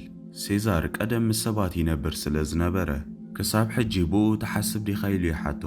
ሴዛር ድማ ሓሓደ ግዜ ክዝክሮ ከሎ ብኡ ከም ዝሓስብ ይነግሮ። ሴዛር ምስኡ ኣተሓሕዝ ኣቢሉ ኣብ መንጎ ክልቲኦም ፍጥረታት ዘሎ ፍልሊ የረድኦ። ሰባት ነንሕድሕዶም ክጻረሩ ከለዉ እዞም ኣህባይ ግን ብሓደ ተዋሃሂዶም ይነብሩ ከም ዘለዉ ይነግሮ። ከምኡ ድማ ሴዛር ደቂ ሰባት ጠፊኦም ከይኮኑ ኢሉ ይሓስብ። ሞሪስ ድማ ንሴዛር መልሲ ድሕሪ ምሃቡ ካብ ዝሓለፈ 10 ዓመታት ጀሚሩ ሰባት ከም ዘይረኣዩ ይነግሮ። ሓደ መዓልቲ ድማ ክልተ ህባይ ካብ ሃደን ናብ ገዝኦም እንዳተመለሱ ከለዉ ምስ ሓደ ሰብ ይራኸቡ። እቲ ሰብ ግን ናይቶም ኣህባይ ኣረኣእያ ኣዝዩ ስለ ዘፍርሖ ሽጉጡ ውፅኡ ነቶም ኣህባይ ንኸፈራርሕ ነቲ ሓደ ተኪሱ ብጢት ይሃርሞ። በቲ ዝተሰምዐ ናይ ተኹሲ ድምፂ ድማ ብምልኦም እቶም ዓሌት ሓሪቖም ናብቲ ቦታ ይመፁ። እቲ ዝተኮሰ ሰብ ግን በይኑ ዘይኮነ ነይሩስ ተወሰኽቲ 6 ሰባት ምስኡ እዮም ነይሮም። ካብኡ ድማ እቲ ናይ ህባይ ዓሌት መፂ ምስ ከበቦም ነቶም ግሩፕ ዝመርሖም ማልኮን ዝተባህለ ብመጀመርትኡ ናብዚ ቦታ ክመፁ ከለዉ ወላ ሓንቲ ባእሲ ንኽፈጥሩ ሓሲቦም ከም ዘይመፁ ይዛረብ። ማልኮም ብናይ ሴዛር ኣረኣእያ እንዳተገረመ ከሎ ሴዛር ነቶም ሰባት ስቕ ኢሉ ኣፍጢጡ ድሕሪ ምርኣዩ ነቶም ሰባት ካብቲ ቦታ ለቂቖም ንኽኸዱ ብዓውታ ይዛረቦም። እቶም ናይ ህባይ ዓሌት ድማ እንዳፈራርሑ ነቶም ሰባት ይሰግዎም። ሓደ ካብቶም ሰባት ከዓ ቦርስኡ ደርቢ ይሃድም። ሞሪስ ነቲ ቦርሳ ልዒሉ ንሴዛር ይህቦ። ሴዛር እቶም ሰባት ናብ ዝነብሩሉ ቦታ ንኽኽተልዎም ንኮባን ንኻልኦት ክልተ ህባይን ይእዝዝ። ማልኮምን እቶም ምስኡ ዝነበሩ ሰባት ድማ መራሒኦም ድሬይፉስን ካልኦት ቁርብ ወተሃደራት ናብ ዝነብሩሉ ናብ ኬላ ይበጽሑ። በቲ ናይቲ ዲጋ ዝምልከት ብዛዕባ ናይቲ ዘጋጠሞም ኩነታት ንድሬይፉስ እቲ ሓበሬታ ይነግርዎ። ማልኮም ድማ ንድሬይፉስ ናብቲ ዲጋ ዝኸዱሉ ምኽንያት እቲ ዲጋ ናይ ኤሌክትሪክ ሓይሊ ንኸመንጩ እኹል ከም ዝኾነ ይነግርዎ። እንተኾነ ግን ካልእ ጸገም ከም ዘሎን ናብቲ ቦታ ምስ ከዱ ብዛዕባ እቶም ኣህባይን ብዘለዎም ስልጣንን ንድሬይፉስ ይነግርዎ። ድሬይፉስ ግን ኣብቶም መብዛሕትኦም ህዝቢ ስምባደ ስለ ዝፈጥር ንወላ ሓደ ሰብ ንኸይዛረቡ ይነግሮም። ንማልኮም በዓል ቤቱን ቀደም ዶክተር ዝነበረት ኤሊ እቶም ብህይወት ዝተረፉ ቁሩብ ሰባት ካብቲ ቫይረስ ብተፈጥሮኦም ናይ ምክልኻል ዓቕሚ ከም ዘለዎምን ክከላኸልዎ ከም ዝኽእሉን ትገልጸሎም። ማልኮም ድሬይፉስ እቶም ካልኦትን ናብቲ ዝነብሩሉ ቦታ ይበጽሑ። እዚ ከምዚ ኢሉ ከሎ ሴዛርን እቶም ኣህባይን ብዛዕባ ናይቶም ሰባት ኩነታት ይዘራረቡ እዮም ዘለዉ። ገገለ ህባይ ደቂ ሰባት ናይ መጀመርያ ተኹሲ ስለ ዝኸፈቱ ናብ ውግእ ንኽኣትዉ ይደልዩ። እንተኾነ ግን ሴዛር ናብ ውግእ እንተደኣኣትዮም እቲ ክሳብ ሕጂ ዝሰርሕዎን ዝፀዓርሉን ክንስእኖ ኢና ብምባል ነቲ ኩነታት ንኸረጋግእ ዲፕሎማሳዊ መንገዲ ይደሊ። ድሕሪ ተኣኼባ ኮባ ምስ ሰባት ዘሕለፎ ሕማቕ ተመክሮ ንሴዛር ይነግሮ እሞ ዘለዎም ስልጣንን ሓይልን ንኸርእዩ ኣጥቢቑ ይሓቶ። በዚ ምኽንያት ድማ ሴዛርን እቶም ዓሌትን መጠንቀቕታ ንኽህቡ ናብቲ ናይቶም ሰባት መንበሪ ይኸዱ። እቶም ኣህባይ ናብቲ ቦታ ምስ መጹ ግን እቶም ሰባት በቲ ዝርእይዎ ዘለዉ ነገር ኣዝዮም ሰንቢዶም ኣብቲ ኣፍ ደገ ናይቲ ማዕጾ ይእከቡ። ሴዛር ድማ ብዘይ ዝኾነ ምኽንያት ናብ ውግእ ክኣቱ ከም ዘይደሊ ይነግሮም። እንተኾነ ግን ኣድላይ ኮይኑ ተተረኺቡ ንኽዋጋእ ድልው ከም ዘሎ ይነግሮም። ሴዛር ድማ ነቶም ዓሌቱ ሒዙ ቅድሚ ምምላሱ ነቲ እቶም ሰባት ክሃድሙ ከለዉ ደርብዮሞ ዝኸዱ ቦርሳ እንዳመለሰ ሰባት ፈጺሞም ናብቲ ቦታ ንኸይመጹ የጠንቅቖም። ኣብዚ ሕጂ ግዜ ሰባት እቶም ኣህባይ ክፈጥሩሎም ብዝኽእሉ ሓደጋ ሰጊኦም ኣዝዮም ይፈርሑ። እንተኾነ ግን ድራይፎስ ዝርርብ ብምቕራብ ዝነብሩሉ ካልእ መንገዲ ከም ዝረኽቡን ካብቲ ናይቲ ዲጋ ወጻኢ ካልእ ሓይሊ ኤሌክትሪክ ከመንጩ ዝኽእል ከም ዝረኽቡ የረጋግጸሎም። እቲ ህዝቢ ድሕሪ ምርግጋኡ ድማ ማልኮም ካብቲ ዲጋ ወጻኢ ካልእ ሓይሊ ኤሌክትሪክ ከመንጩ ዝኽእል ነገር ከም ዘየለ ንድራይፎስ ይነግሮ። ድራይፎስ ድማ ተስፋ ዝቖርጽ ውሳኔ ንኽወስድ ፈቓደኛ ብምዃን ነቶም ኣህባይ ክዋግእዎም ከም ዘለዎም ይምልሰሉ። ብተወሳኺ ድማ ኣብ ዙርያ ዓለም ዘለዉ ካልኦት ሰባት ብህይወት ዝተረፉ ሰባት እንደገና ክረኽቡ ከም ዘለዎምን ከምኡ ድማ ንናይ ሬድዮ ፈነወ ሓይሊ ኸመንጭኡ ከም ዘለዎም የረድኦ። ዝህሰዩ ሰባት ንኸይበዝሑ ድማ ማልኮም ንድራይፎስ ናብቶም ኣህባይ ተመሊሱ ምስ ሴዛር ንኽዘራረብ 3 መዓልቲ ንኽህቦ ሓሳብ የቕርበሉ። ማልኮም ሴዛር ካብ ህበይ ንላዕሊ ከም ዝኾነ ንኸረጋግጸሉ እቲ ናቶም ንሱ ዝመለሰሎም ቦርሳ የርእዮ። ድራይፎስ ድማ ማልኮም እንተደኣ ዘይሰሊጥዎ ካብዚ ናይ ዝሕጂ ንላዕሊ ዝበለጸ ከቢድ ውሳኔ ክወስድ ከም ዘለዎ ይነግሮ። ማልኮም ድማ ንጉዕዞ ምድላው ይቕጽል። ብዛዕባ እቲ መደብ ንኤሊ ይነግራ ምስ ወዱ ኣሌክሳንደር ከምኡ ድማ ንህበይ ብጢት ዝሃረመ ካርቨር ፎስተርን ካምፖን ብሓደ ኮይኖም ናብቲ እቶም ኣህባይ ዝነብሩሉ ቦታ የምርሑ። ዝናብ እንዳሃረመ ድማ ናብቲ ቦታ ይበጽሑ። ማልኮም ድማ ኩሎም ቶም ሰባት ኣብታ መኪና ንኽጸንሑ ይነግሮም። ድሕሪ 2 ሰዓት ዘይተመሊሱ ድማ ንዕኡ ገዲፎሞ ናብቲ ዝነብሩሉ ቦታ ክምለሱ ከም ዘለዎም ይነግሮም። ማልኮም ካብቲ ቦታ ተበጊሱ ኣብቲ መንበሪኦም ናይቶም ኣህባይ ይበጽሕ። ኣብኡ ድማ ኣህባይ ሓሪቖም ተኣኪቦም ይረኽብዎ። ንማልኮም እንዳጎተቱ ድማ ናብቲ ውሽጢ ይእትውዎ። ኣብቲ ውሽጢ ድማ ኩሎም ቶም ኣህባይ ይኸብዎ። ብሰላም ከም ዝመጸ ንኸረድእ ድማ ኢዱ ንላዕሊ የልዕል። ብምቕጻል ድማ ሴዛር ንማልኮም ንኽርኢ ናብቲ ቦታ ይመጽእ። ማልኮም ድማ ሽዑ ንሽዑ ሴዛር ንኸይቀትሎ እንዳለመነ ዕላምኡ ንኸረድእ ድማ ንሴዛር ሓንቲ ነገር ጥራይ ከርእዮ ከም ዝደሊ ይነግሮ። ሴዛር ድማ ነቶም ካልኦት ሱቕ ኣቢሉ ናይ ማልኮም ሕቶ ይሰምዕ። ካብኡ ድማ ማልኮም ሴዛር ካልኦት ዝተወሰኑ ህባይን ናብቲ ዲጋ ይኸዱ። ማልኮም ነቲ ዲጋ ተጠቂሞም ናይ ኤሌክትሪክ ሓይሊ ከመይ ገይሩ ነቶም ሰባት ከም ዝመልሶም ንኸረድእ ዝተኻእሎ ኩሉ ይፍትን።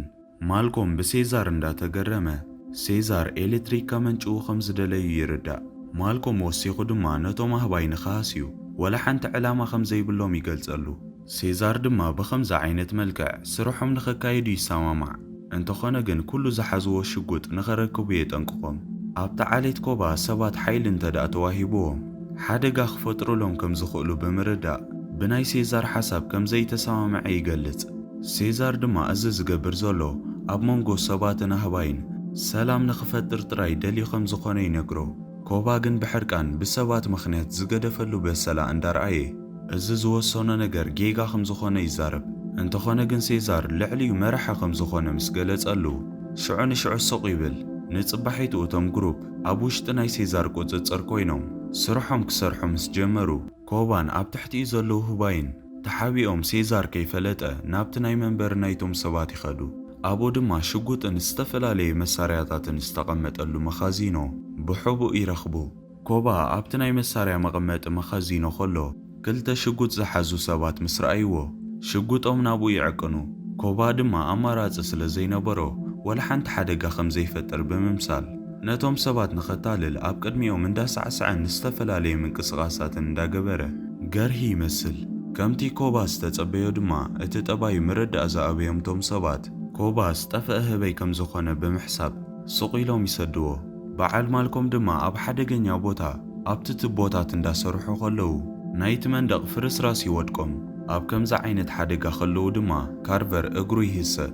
እቶም ኣህባይ ድማ እቲ ዝተፈጥረ ነገር ስለ ዝተረድኦም ነቲ ዝፈረሰ እማን ካብቲ ቦታ እንዳኣለዩ በዓል ማልኮም ካብቲ ዝነበርዎ ቦታ ንኽወፁ ይሕግዝዎም። ማልኮም ድማ ንዕኡን ነቶም ካልኦት ሰባትን ስለ ዝሓገዘ ንሴዛር የመስግኖ። እንተኾነ ግን በቲ ዘጋጠመ ፍርስራስን በቲ ንካርቨር ዘጋጠሙ ኩነታት ምኽንያት ተወሳኺ ግዜ ንኽወሃቦም ይሓትት። ካብኡ ድማ ንሴዛር እቲ ካልኣይ ወዱ ዝኾነ ንእሽተይ ህበይ ናብቶም ሰባት ይቐርብ እሞ ኩሎም ተገሪሞም ይርእዎ። ቀፂሉ እቲ ንእሽተይ ህበይ ድማ ኣብቲ ናይ ካርቨር ኣቑሑት ተሓቢኡ ዝነበረ ሽጉጥ ይረክብ። እዚ ድማ ነቶም ኣህባይ ኣዝዩ ይሕርቆም። ካርቨር ድማ ነቲ ሽጉጥ ሒዙ ነቶም ኣህባይ ከፈራርሖም ይፍትን። ሴዛር ግን ብሓይሊ ነቲ ሽጉጥ መንጢሉ ኣብ መሬት የውድቆ። ከምኡ ድማ ሴዛር ንካርቨር በቲ ሽጉጥ ክሃርሞም ዝሓሰበ ማልኮም ንሴዛር ደው ንኸብል ይሓቶ። ኣዝዩ ዝሓረቐ ሴዛር ድማ እቲ ሽጉጥ ናብ ማልኮም ዓቂኑ ብናይ ሽጉጥ ዝሃቦም ትእዛዝ ይዘክሮ። ቀፂሉ ድማ ሴዛር ነቲ ሽጉጥ ናብቲ ማይ ደርቢዩ ነቶም ሰባት ቀልጢፎም ካብዚ ቦታ ንኽለቁ ነጊርዎም ይኸይድ። ማልኮምን እቶም ናቱ ግሩፕን ንኽኸዱ እንዳተዳለዉ ከለዉ ድማ ባዕሉ ጽቡቕ ጌሩ ከም ዘረድኦ ብምሕሳብ ብቕልጡፍ ናብ ሴዛር ክኸይድ ይጅምር። ኤሊ ድማ ተኸቲላቶ ትኸይድ። እቶም ኣህባይ ድማ ንማልኮምን ንኤሊን ናብ ናይ ሴዛር ገዛ ይወስድዎም። ኣብኡ ድማ ንሴዛር ሰበይቱ ከም ዝሓመመት ይፈልጡ። ኤሊ ድማ ስለ ዘደንገጸታ እቲ ምስኣ ዝነበረ መድሃኒት ንሴዛር ትህቦ። ሴዛር ድማ በዚ ተሰማሚዑ ነቲ ዝገበርሉ ሓገዝ ከም ምስጋና ተወሳኺ ሓንቲ መዓልቲ ንኽጸንሑ ይፈቕደሎም። ከምኡ ድማ እቶም ኣህባይ ነቲ ስራሕ ንኸቀላጥፍዎ ንኽሕግዝዎም ይፈቕደሎም። ንካርቨር ድማ ሽዑ ንሽዑ ሰጊጎም ኣብታ መኪና ንኽጸኒሕ የገድድዎ። ብዙሕ ከይጸንሐ ኸኣ ኮባን እቶም ኣብ ትሕቲኡ ዝሰርሑን ብዛዕባ እቲ መሳርያ ንሴዛር እቲ ሓበሬታ ንኽነግርዎ ናብቲ መንበሪ ቦታኦም ይመጹ። ቀፂሉ ድማ ኮባ ናብቲ ዲጋ ዘለዎ ቦታ ይኸይድ እሞ ሽዑ ንሽዑ ንኣሌክስ ከጥቅዖ ይጅምር። ማልኮም ድማ ኮባ እቲ ዝገብሮ ዘሎ ነገር ንኸቋርጽ ይሓቶ። ንኹሎም ብዘገርም ኩነታት ድማ ሞሪስ ካብ ኮባ ይሕልዎም። ሽዑ ንሽዑ ድማ ሴዛር ናብቲ ቦታ ይመጽእ። ኮባ ንናይ ሴዛር ኣመራርሓን ውሳኔታትን ብምቁዋም ነቶም ካልኦት ኣህባይ ሴዛር ንናቱ ዓሌት ሓላፍነት ክወስድ ከም ዘይክእል ይዛረቦም። ሴዛር ድማ በዚ ዘረብኦ ሓሪቑ ምስ ኮባ ክበኣስ ይጅምር። ኮባ ግብረ መልሲ ክህብ ስለ ዘይከኣለ ብሴዛር ይህረም። ሴዛር ድማ ንኮባ ሓኒቑ ይሕዞ። እንተኾነ ግን ደው ኣቢሉ ኣህባይ ነንሕድሕዶም ከም ዘይቃተሉ መምርሒኦም ከም ዝኾነ ይዘክሮ። ካብኡ ድማ ኮባ ተሲኡ ንሴዛር ይቕሬታ ይሓቶ። ኣብታ ምሸት ድማ ኮባ ሴዛር ድሕሪ ሕጂ ንኮባ ስለ ዘይኣምኖ ኣብ ክንድኡ ንሴዛር ክሕልዎ ከም ዘለዎ ንበይኑ ፈልዩ ንብሎ ኣይስ ይነግሮ። ኮባ ወሲኹ ድማ ሴዛር ኣብ ሰባት ዘለዎ እምነት ከም ዘፍርሖን ብሂወቱ ከይተረፈ ከም ዘስግኦ ይነግሮ። ንጽባሒቱ ሞሪስ ንኣሌክስ ንኽረኽቦ ይኸይድ። ኣሌክስ ድማ ንሞሪስ ንሓንቲ ዘንበባ መጽሓፍ ካብ ኮባ ስለ ዝሓለዎ ከም ምስጋና ንሞሪስ ይህቦ። ክልቲኦም ብሓደ ኮይኖም ድማ ነታ መጽሓፍ እንዳንበቡ ብሓደ ግዜ የሕልፉ። ኣብታ መዓልቲ ኮባ ኣንጊሁ ናብቲ መሳርያታት ዝቕመጠሉ ዓብ መኻዚኖ ተመሊሱ ይኸይድ።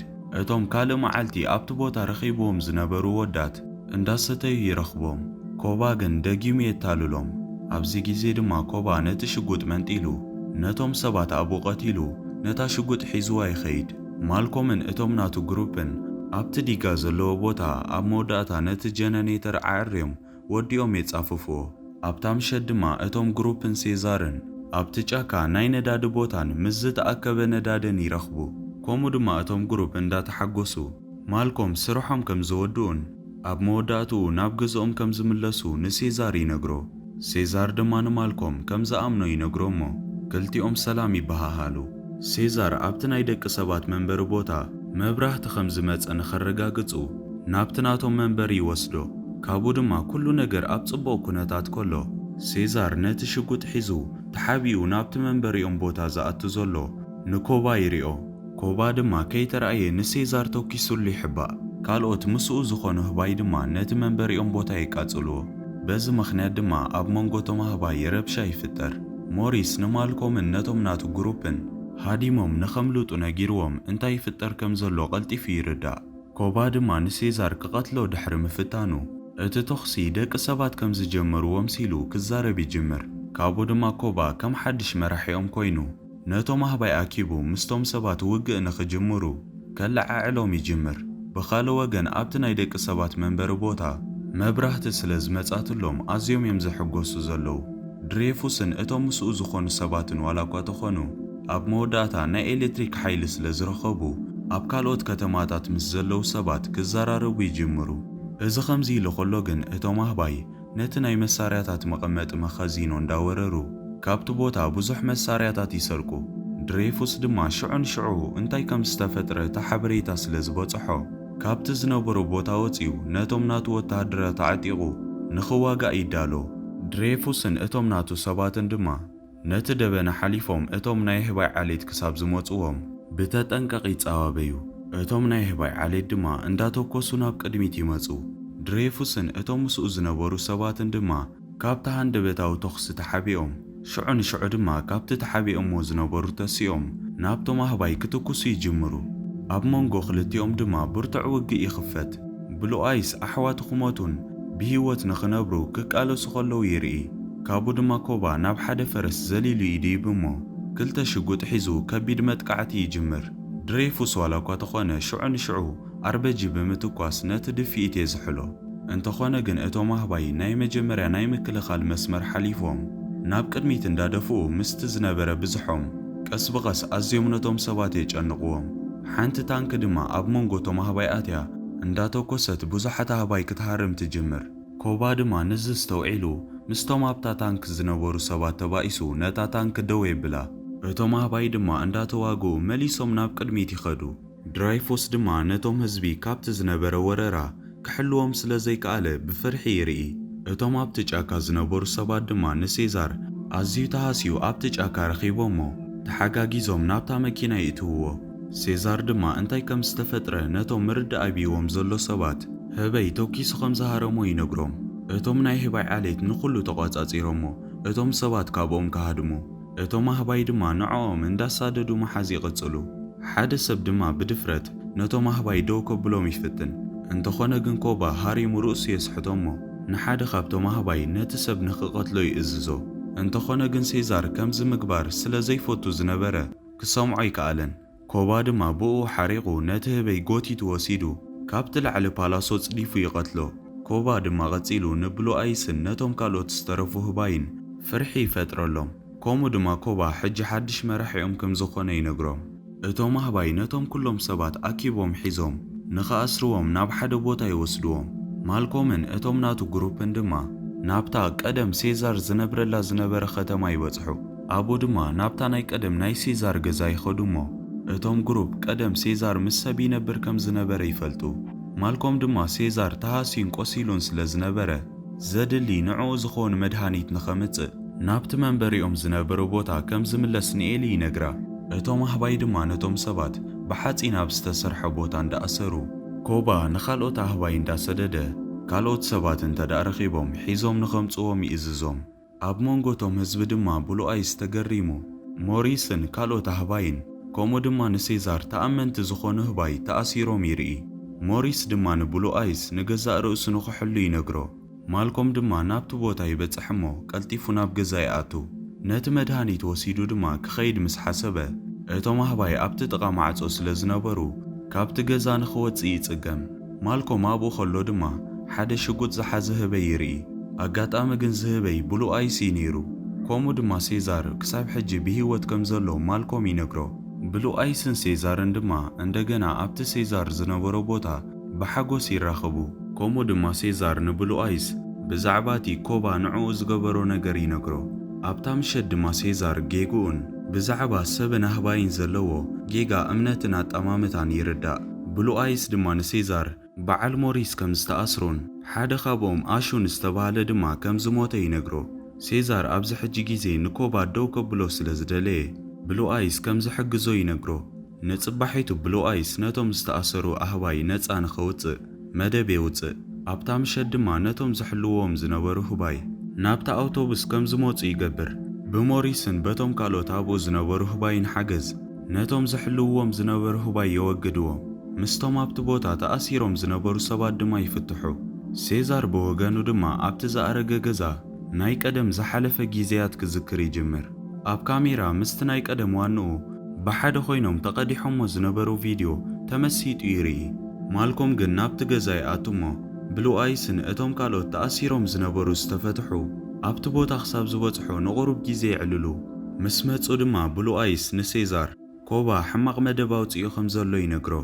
ስለዚ ድማ ሴዛር ማልኮም ከምኡ ድማ እቶም ዝተረፉ ህባይ ቀልጢፎም ናብቲ ናይ ደቂ ሰባት መንበሪ ቦታ ይኸዱ። ማልኮም ድማ መንገዱ ምስ ድሬፉስ ይራኸብ። ማልኮም ድሬፉስን እቶም ዝተረፉ ካልኦት ሰባትን ነቲ ዲጋ ፈንጂሮም ንኸፍርስዎ ከም ዝሓሰቡን ድሬፉስ ናቱ ሓገዝ እውን ከም ዝደሊ ይፈልጥ። ማልኮም በዚ ነገር ስለ ዘይተሰማምዐ ኬስ ተውዓልሉ ቀስ ኢሉ ሽጉጥ ሒዙ ናብቶም ናይ ድሬፉስ ግሩፕ ዓቂኑ ንሴዛር ዕድል ክህብዎ ከም ዘለዎም ይነግሮም። ሴዛርን ኮባን እቶም ካልኦት ኣህባይን ኣብ ዝነበሩሉ ኣብቲ ላዕሊ ይራኸቡ። ናይ ክልቲኦም ኣመለኻኽታ ስለ ዝፈላለ ብዘይ ምርድዳእ ድሕሪ ምዝርራቦም በዚ ምኽንያት ኣብ መወዳእታ ኣብ መንጎ ክልቲኦም መን ይትቐንዲ ሓያል ንኽፍለጥ ሓደ ብሓደ ክልቲኦም ክበኣሱ ይጅምሩ። ኮባ ሓያል ስለ ዝነበረ ንሴዛር እንዳሃረሞ ክልቲኦም ይወድቁ። ካብቲ ዝወደቕዎ ተሲኦም ድማ ኮባ ንሴዛር ብሓይሊ ምስ ሃረሞ እንደገና ምስቲ ኣብኡ ዝነበረ ፍርስራስ ይወድቁ። ሴዛር ድማ ደጊሙ ተሲኡ ነቲ ብምውዳቑ ተሃሲ ዘሎ ኮባ ይርዮ። ማልኮም ንድራይፎስ ነቶም ኣህባይ ዕድል ንኽህቦም ከረድኦ እንዳፈተነ ንበዓል ሴዛር ግዜ ይህቦም። ኣብቲ ላዕሊ ድማ ናይ ሴዛርን ናይ ኮባን ባእሲ ቐጺሉ እዩ። ኮባ ብሓጺን ክሃርም እንዳጀመረ ሴዛር ድማ እንዳተኸላኸለ ካብ ቦታ ናብ ቦታ ይዘልል። ሴዛር ኣብ መንገዱ መከላኸሊ ዝኾነ ዓበ ሓጺን ምስ ረኸበ ሙግያዩ የቋርጽ። ሴዛር ድማ ንኮባ ከም ሓውርኡ ንዕኡ ምእማኑ ጌጋ ከም ዝኾነ ይነግሮ።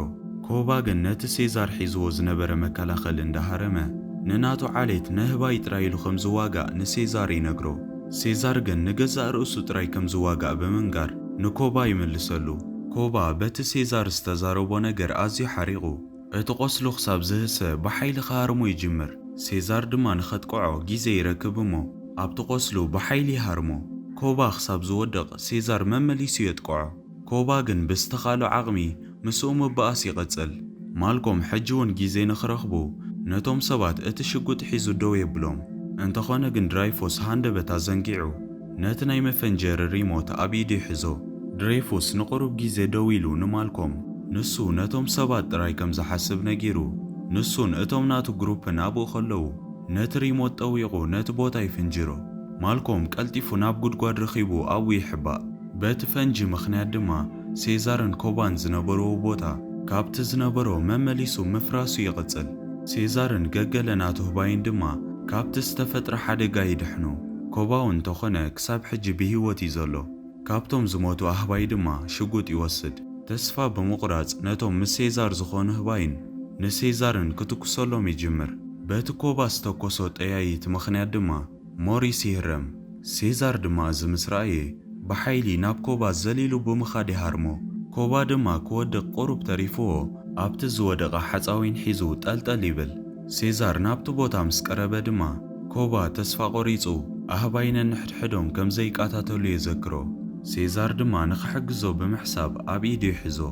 ነቶም ብሰንኩ ዝተሃስዩ ናቱ ግሩፕ ርዩ ኮባ ካብ ሕጂ ንድሓር ናቶም ኣባል ከም ዘይኮነ ብምሕሳብ ነቲ ሒዝዎ ዝነበረ ናይ ኮባ ኢድ ይፍንዎ እሞ ኮባ ጸዲፉ ይመውት። ሴዛር ነቶም ኣህባይ ኣብቲ ቦታ ይእክቦም። ኣብኡ ድማ እቶም ኣህባይ ንማልኮም ካብቲ ትሕቲ መሬት ከውፅዎ ኸለዉ ይረኽቦም። ሴዛር ከዓ ንማልኮም ንኽሰድዎ ነቶም ኣህባይ ይነግሮም። ማልኮም ድማ ቐጺሉ ወተሃደራት ይመጹ ከም ዘለውን እዞም ኣህባይ ኣብ ሓደጋ ከም ዘለዉ ካብቲ ቦታ ድማ ክኸዱ ከም ዘለዎም ሽዑ ንሽዑ ይነግሮ።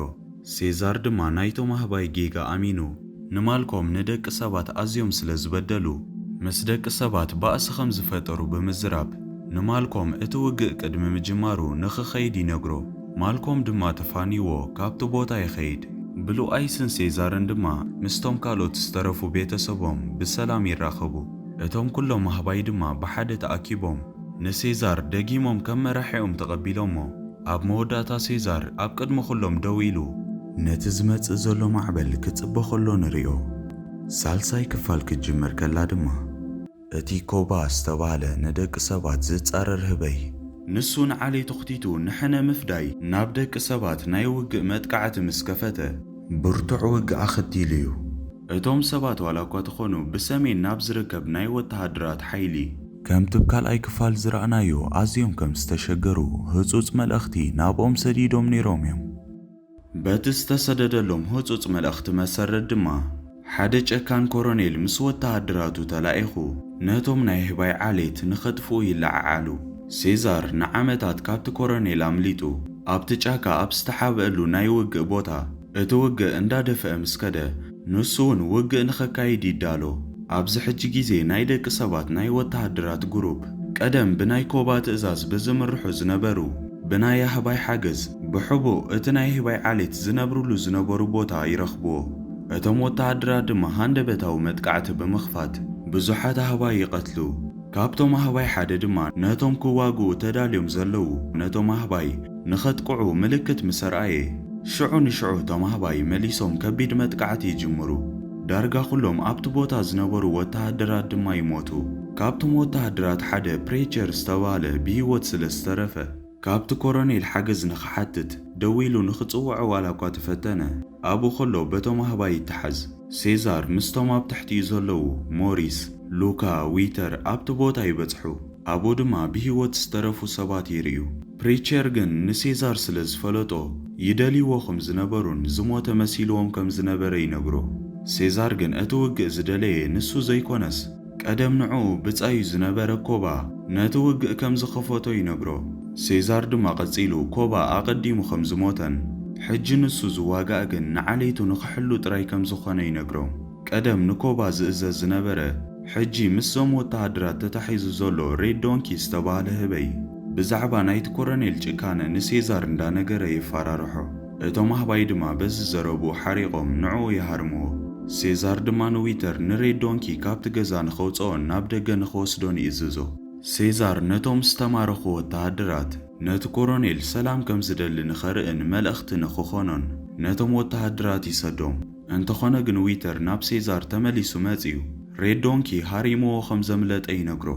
ኣብቲ ገምገም ዲጋ ኮይኑ ድማ ሴዛር ብዛዕባ ኮባ ዝተሰምዖ ጣዕሳ ንሞሪስ ይነግሮ እሞ በቲ ኮባ ዝገበሮ ነገር ምኽንያት ክሳብ ሕጂ ኣዝዩ ከም ዝሓዝን ይነግሮ። ሞሪስ ድማ ንሴዛር ኣጸናኒዑ ዝኾነ ሰብ እቲ ኮባ ንደቂ ሰባት ተጻሪሩ ዝገበሮ ሕማቕ ነገር ኮባ ክገብሮ ኢሉ ወላ ሓደ ሰብ ሓሲቡ ከም ዘይነበረ ይነግሮ። ብዙሕ ከይጸንሑ ድማ ንሴዛር ወዱ ብሉ ኣይስን ሮኬትን ክልቲኦም ድሕሪ ነዊሕ ጉዕዞ ናብቲ መንበሪኦም ቦታ ይምለሱ። ብሉ ኣይስ ድማ ንሴዛር በቲ ዝገበርዎ ጉዕዞ ጽቡቕ ሓበሬታ ሒዞም ከም ዝመጹ ይነግሮ። ስለዚ ድማ ሴዛር ሽዑ ንሽዑ ናብቲ ኣብ በዓቲ ዝርከብ ገዝኦም ናብቲ ሕቡእ መንበሪኦም ቦታ ይወስዶም። ብምቕጻል ድማ እቶም ኣህባይ ብዛዕባ መደቦም ኣኼባ ይገብሩ። ብሉ ኣይስ ድማ ንዕኦም ዝሰማማዕ ሓድሽ መንበሪኦም ዝኸውን ቦታ ከም ዝረኸቡን ደቂ ሰባት ድማ ተኸቲሎሞም ናብቲ ቦታ ክመጹ ከም ዘይክእሉ ይነግሮም። በዚ ምኽንያት ድማ እቶም ኣህባይ ምስ ደቂ ሰባት ከይተዋግኡ ብሰላም ክነብሩ ከም ዝኽእሉ ብምሕሳብ ይሕጐሱ። እንተኾነ ግን ዊንተር ሕጂ እውን ደቂ ሰባት ከጥቅዑና ይኽእሉ እዮም ኢሉ ፈሪሑ ሽዑ ንሽዑ ክኸዱ ከም ዘለዎም ይዛረብ። ሴዛር ግን ንዊንተር ሱቕ የብሎሞ ኣብ ዝቕጽል መንገዶም ኣዝዮም ጥንቁቓት ክኾኑ ከም ዘለዎም ብምዝራብ ብናይ ብሉ ኣይስ ሓሳብ ይሰማማዕ። ከምኡ ድማ ሴዛር ኩሎም ሓቢሮም ከም ዝኸዱ የረጋግጸሎም። ምስ መሰየ ድማ ሴዛር ኣብ ጎኒ ቶም ደቂሶም ዘለዉ ስድርኡ ኮይኑ ድቃስ ከይወሰዶ ብንቕሓት ይሕሉ። እንተኾነ ግን ዘይልሙድ ቀጠልያ ዓይነት መብራህቲ ድሕረቲ እንዳወሓዘ ዝወርድ ዝነበረ ማይ ክሓልፍ ከሎ ይርኢ። እንታይ ከም ዝኾነ ንኽፈልጥ ድማ ሴዛር ናብቲ ወሓዚ ማይ ቀሪቡ ኢዱ ሰዲዱ ገመድ ምስ ሓዘ ሰባት እንደገና ንኽወርዎም ናብዚ ቦታ ከም ዝመፁ ይርዳእ። ሴዛር ድማ ንብሉ ኣይስ ነቶም ክወርዎም ዝመፁ ሰባት ንኽደልዮም ስለ ዝኸይድ ንሱ ንቤተሰቦም እንዳተቋጻጸረ ንኽሕሉ ነጊርዎ ይኸይድ። ሴዛር ድማ ንሉካ ረኺቡ ብዛዕባ እቶም ዝመፁ ሰባት ይሕብሮ። ናብቲ እቶም ኣህባይ ደቂሶምሉ ዝነበሩ ቦታ ሴዛር ሓደ ወተሃደር ክኣቱ ከሎ ርኢዎ። ኣብኡ ከሎ ምስቲ ወተሃደር ተባኢሱ ነቲ ወተሃደር ይቐትሎ። እዚ ከምዚ ኢሉ ከሎ ሴዛር ናይቲ ሓደ ሃሪሙ ዘውደቆ ወተሃደር ነቲ ናይ ወተሃደራት ዝዘራረብሉ ሬድዮ ልዒሉ ክሰምዕ ምስ ጀመረ እቲ ኮሎኔል ነቲ ናይቶም ኣህባይ መራሒ ከም ዝቐተሎ ነቲ ወተሃደር ክነግሮ ከሎ ይሰምዕ። ሴዛር ድማ እዚ ምስ ሰምዐ ሰንቢዱ ናብቲ ቤተሰቡ ዝነበሩሉ ቦታ ይምለስ። ኣብኡ ድማ ፊት ንፊት ምስቲ ካብቲ ቦታ ከምልጽ ዝዳሎ ዘሎ ኮሎኔል ይጠማመቱ። እቲ ኮሎኔል ድማ በጌጋ ካልእ ህበይ ከም ዝቐተለ ተረዲእዎ። ደጊሙ ነቶም ዝቐተሎም ይርኢ። ሴዛር ድማ ናብቲ እቲ ኮሮኔል ዝጥምቶ ዘሎ ምስ ጠመተ ብዝሕዝን ኩነታት ወዱ ብሉኣይስን ሰበይቱን ተቐቲሎም ይርኢ። እቲ ኮሮኔል ድማ ነቲ ሓሪቑ ዘሎ ሴዛር ንኽቐትል ናብቲ ዝነበሮ ቦታ ክትኩስ ምስ ጀመረ ሴዛር ቀልጢፉ ካብቲ መጥቃዕቲ የምልጥ። እቶም ካልኦት ኣህባይ ድማ ምስ መጹ ንዕኦም ንኸዳናጉ ናብኦም እንዳተኮሰ ናብ ላዕሊ ክድይብ ይጅምር። ሴዛር ግን ነቲ እቲ ኮሮኔል ሒዝዎ ዝነበረ ገመድ ዘሊሉ ሒዙ ተኸቲልዎ ናብቲ ኮሮኔል ይኸይድ። ክሕዞ ምስ ቀረበ ድማ እቲ ኮሮኔል ነቲ ሴዛር ሒዝዎ ዝነበረ ገመድ ብኻራ ይበትኮ። ሴዛር ድማ ናብ ታሕቲ ናብቲ ወሓዚ ማይ ወዲቑ ካብቲ ማይ ሓምቢሱ እንዳወፀ ነቲ ዘምልጥ ዘሎ ኮሮኔል ብሕርቃን ይርዮ። ከምኡ ድማ ናብቲ መንበሪኦም ገዛ ተመሊሱ ብሓዘን በቲ ዘጋጠመ ነገር ምስቶም ኣዕሩኽቲ ኮይኑ ይበኪ። እንተኾነ ግን ንኽጻናንዖ እቲ ንእሽተይ ወዱ ንሴዛር ኮርኔሌስ እቲ መጥቃዕቲ ክካየድ ከሎ ተሓቢኡ ስለ ዝነበረ ብሂወት ረኺብዎ ንዕኡ ይሓቕፎ። ብዝሓለፈ ምሸት በቲ ዘጋጠመ መጥቃዕቲ ምኽንያት ድማ ሴዛር ነቶም ብምልኦም ናይ ኣህባይ ዓሌት ናብቲ ብሉኣይስ ዝነገሮም ቦታ የዘዋውሮም። እንተኾነ ግን ሴዛር እቶም ወተሃደራት ነቶም ኣህባይ ተኸቲሎሞም ንኸይከዱ ብምሕሳብ ሕነ ንኽፈዲ ኣብቲ ቦታ ይተርፍ። ከምኡ ድማ ሴዛር ናብቲ እቲ ኮሮኔል ዝርከበሉ ቦታ ክኸይድ ምስ ጀመረ እቶም ኣህባይ ጉዕዞ ይጅምሩ። እሱ ከይፈለጠ ግን ብድሕሪኡ ሞሪስ፣ ሮኬት፣ ሉካ ብድሕሪኡ ተኸቲሎሞ እዮም ዝመፁ ነይሮም። እሱ ግን በይኑ ከም ዝዋጋእን ብሂወት ዘይክምለስ ከም ዝኽእል ይነግሮም። እንተኾነ ግን እቶም ኣህባይ ሴዛር ናቶም ሓገዝ ከም ዘድልዮ ኣጥቢቖም ይከራኸርዎ። ከምኡ ድማ ንኸይመውት ከም ዝሕግዝዎ ነጊሮሞ ኣርባዕቲኦም ብሓደ መንገዲ ይጅምሩ። ኣብ መንገዶም ድማ በዓል ሴዛር ደቂ ሰባት ዝነብሩሉ ዝነበሩ ዝገደፍዎ ገዛውቲ ይረኽቡ። ነቲ ቦታ ድማ ክፍትሽዎ ምስ ጀመሩ ሓደ ዕንጨይቲ ዝእክብ ዝነበረ ሰብ ይረኽቦም። እቲ ሰብ ድማ ንኽትኩሰሎም ተሃዊኹ ሽጉጡ ክሕዝ ምስ ፈተነ ቅድሚ ንሱ ምትኳሱ ሴዛር ተኪሱ ይቐትሎ። ኣጋጣሚ ግን ካብ ሓደ ገዛ ድምፂ ይሰምዑ። እቶም ኣህባይ ድማ ካልእ ጸላኢኦም ከይህሉ እንዳተጠንቀቑ ብሓይሊ ናብቲ ገዛ ይኣትዉ። ግን ናብቲ ገዛ ምስ ኣተዉ ሓንቲ ንእሽተይ ቆልዓ ደቂሳ ትጸንሖም። ሴዛር ድማ ንእሽተይ ቆልዓ ከም ዝኾነት ምስ ረኣየ ወላ ሓንቲ ከይበላ ነቶም ኣህባይ ነቲ ቦታ ንኽፍትሽዎን ብዝተኻእሎም ዓቕሚ ዘድልዮም ነገራት ንኽወስዱ ይእዝዞም። ሞሪስ ግን እታ ቆልዓ ገለ ጸገም ከም ዘለዋ ተረዲኡ ኣደንጊጻቶ ንዓኣ ይዘራርባ። ቀጺሉ ድማ ሞሪስ እታ ቆልዓ በይና ክትነብር ስለ ዘይትኽእል ምስኦም ንኽትከይድ ንሴዛር ይሓቶ። ሴዛር ግን ምስኦም ክትከይድ ዋላ እኳ ተዘይደለየ ድሓር ግን ተማሊኦማ ምስኦም ትኸይድ። በዓል ሴዛር ናይ ደቂ ሰባት መንበሪ ቦታ ምድላዮም ይቕጽሉ። ኣብ መወዳእታ ሓደ እኩብ ገዛውቲ ይረኽቡ። ናብቲ ቦታ ድማ ብርሕቀት ኮይኖም ብክሻፋ ምስ ረኣዩ ነቲ ኮሮኔል ኣብቲ ቦታ ካብ ምርካቦም ንላዕሊ ዊንተር ኣብቲ ቦታ ምስቶም ሰባት ክሰርሕ ከሎ ይርእይዎ። ኣብታ ምሸት ድማ እቶም ናይ ሴዛር ግሩፕ ብሕቡእ ናብቲ ዊንተር ዝነብረሉ ገዛ ይኣትዉ። ዊንተር ድማ ንሴዛር ምስ ረኣየ ኣዝዩ ይስንብድ። ሽዑ ንሽዑ ሴዛር ድማ እቲ ኮሮኔል ዘለዎ ቦታ ኣድራሻ ይሓቶ። ዊንተር ድማ ንሴዛር እቲ ኮሮኔል ኣብቲ ካምፕ ከም ዘየለን ብሰሜን ንዝመፁ ዘለዉ ተወሰኽቲ ወተሃደራት ንኽረክብ ናብቲ ዶብ ይኸይድ ከም ዘሎ ይነግሮ። ሴዛር ወሲኹ ድማ ንዊንተር በየናይ ዶብ ከም ዝኾነ ይሓቶ። ዊንተር ድማ ምስ ሬዶንኪ ድሕሪ ምበኣሱ ሴዛር ኣበይ ቦታ ተሓቢኡ ከም ዘሎ እንተደኣ ነጊርዎም ከም ዘይቀትልዎ እቲ ኮሮኔል ቃልኣቲሉ ከም ዝነበረ ንሴዛር ይነግሮ።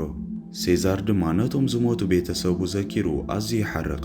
ወዱን ሰበይቱን በቲ ንሱ ዝገብሮ ነገር ምኽንያት ከም ዝሞቱ ንዊንተር ይነግሮ። ዊንተር በቲ ዝሰምዖ ነገር ኣዝዩ ሰንቢዱ። እንተኾነ ግን በቲ ደገ ወተሃደራት ክሓልፉ ከለዉ ምስ ረኣየ ንኽሕግዝዎ ክጽውዖም ይፍትን። ሴዛርን እቶም ናቱ ግሩፕን ግን ቅድሚ ንሱ ድምፂ ምስምዑ ደው የብልዎ። እቶም ወተሃደራት ድምፂ ሰሚዖም ንኸይጠራጠሩ ዓፊኖም ሒዞሞ ከለዉ እንተኾነ ግን ሴዛር ብኣጋጣሚ ንዊንተር ሓኒቑ ሒዝዎ ከሎ ሃንደበት ንዊንተር ይቐትሎ። ኣብታ ምሸት ድማ ሴዛር በቲ ዝገበሮ ነገር ይሓስብ እሞ ጣዕሳ ይስምዖ። በቲ ዝተሰምዖ ናይ ጣዕሳ ስምዒት ከኣ ኣብቲ ቦታ ብሓሳቡ ንኮባ ይርዮ። ኮባ ድማ ኣህባይ ነንሕድሕዶም ከም ዘይቃታተሉ የዘክሮ።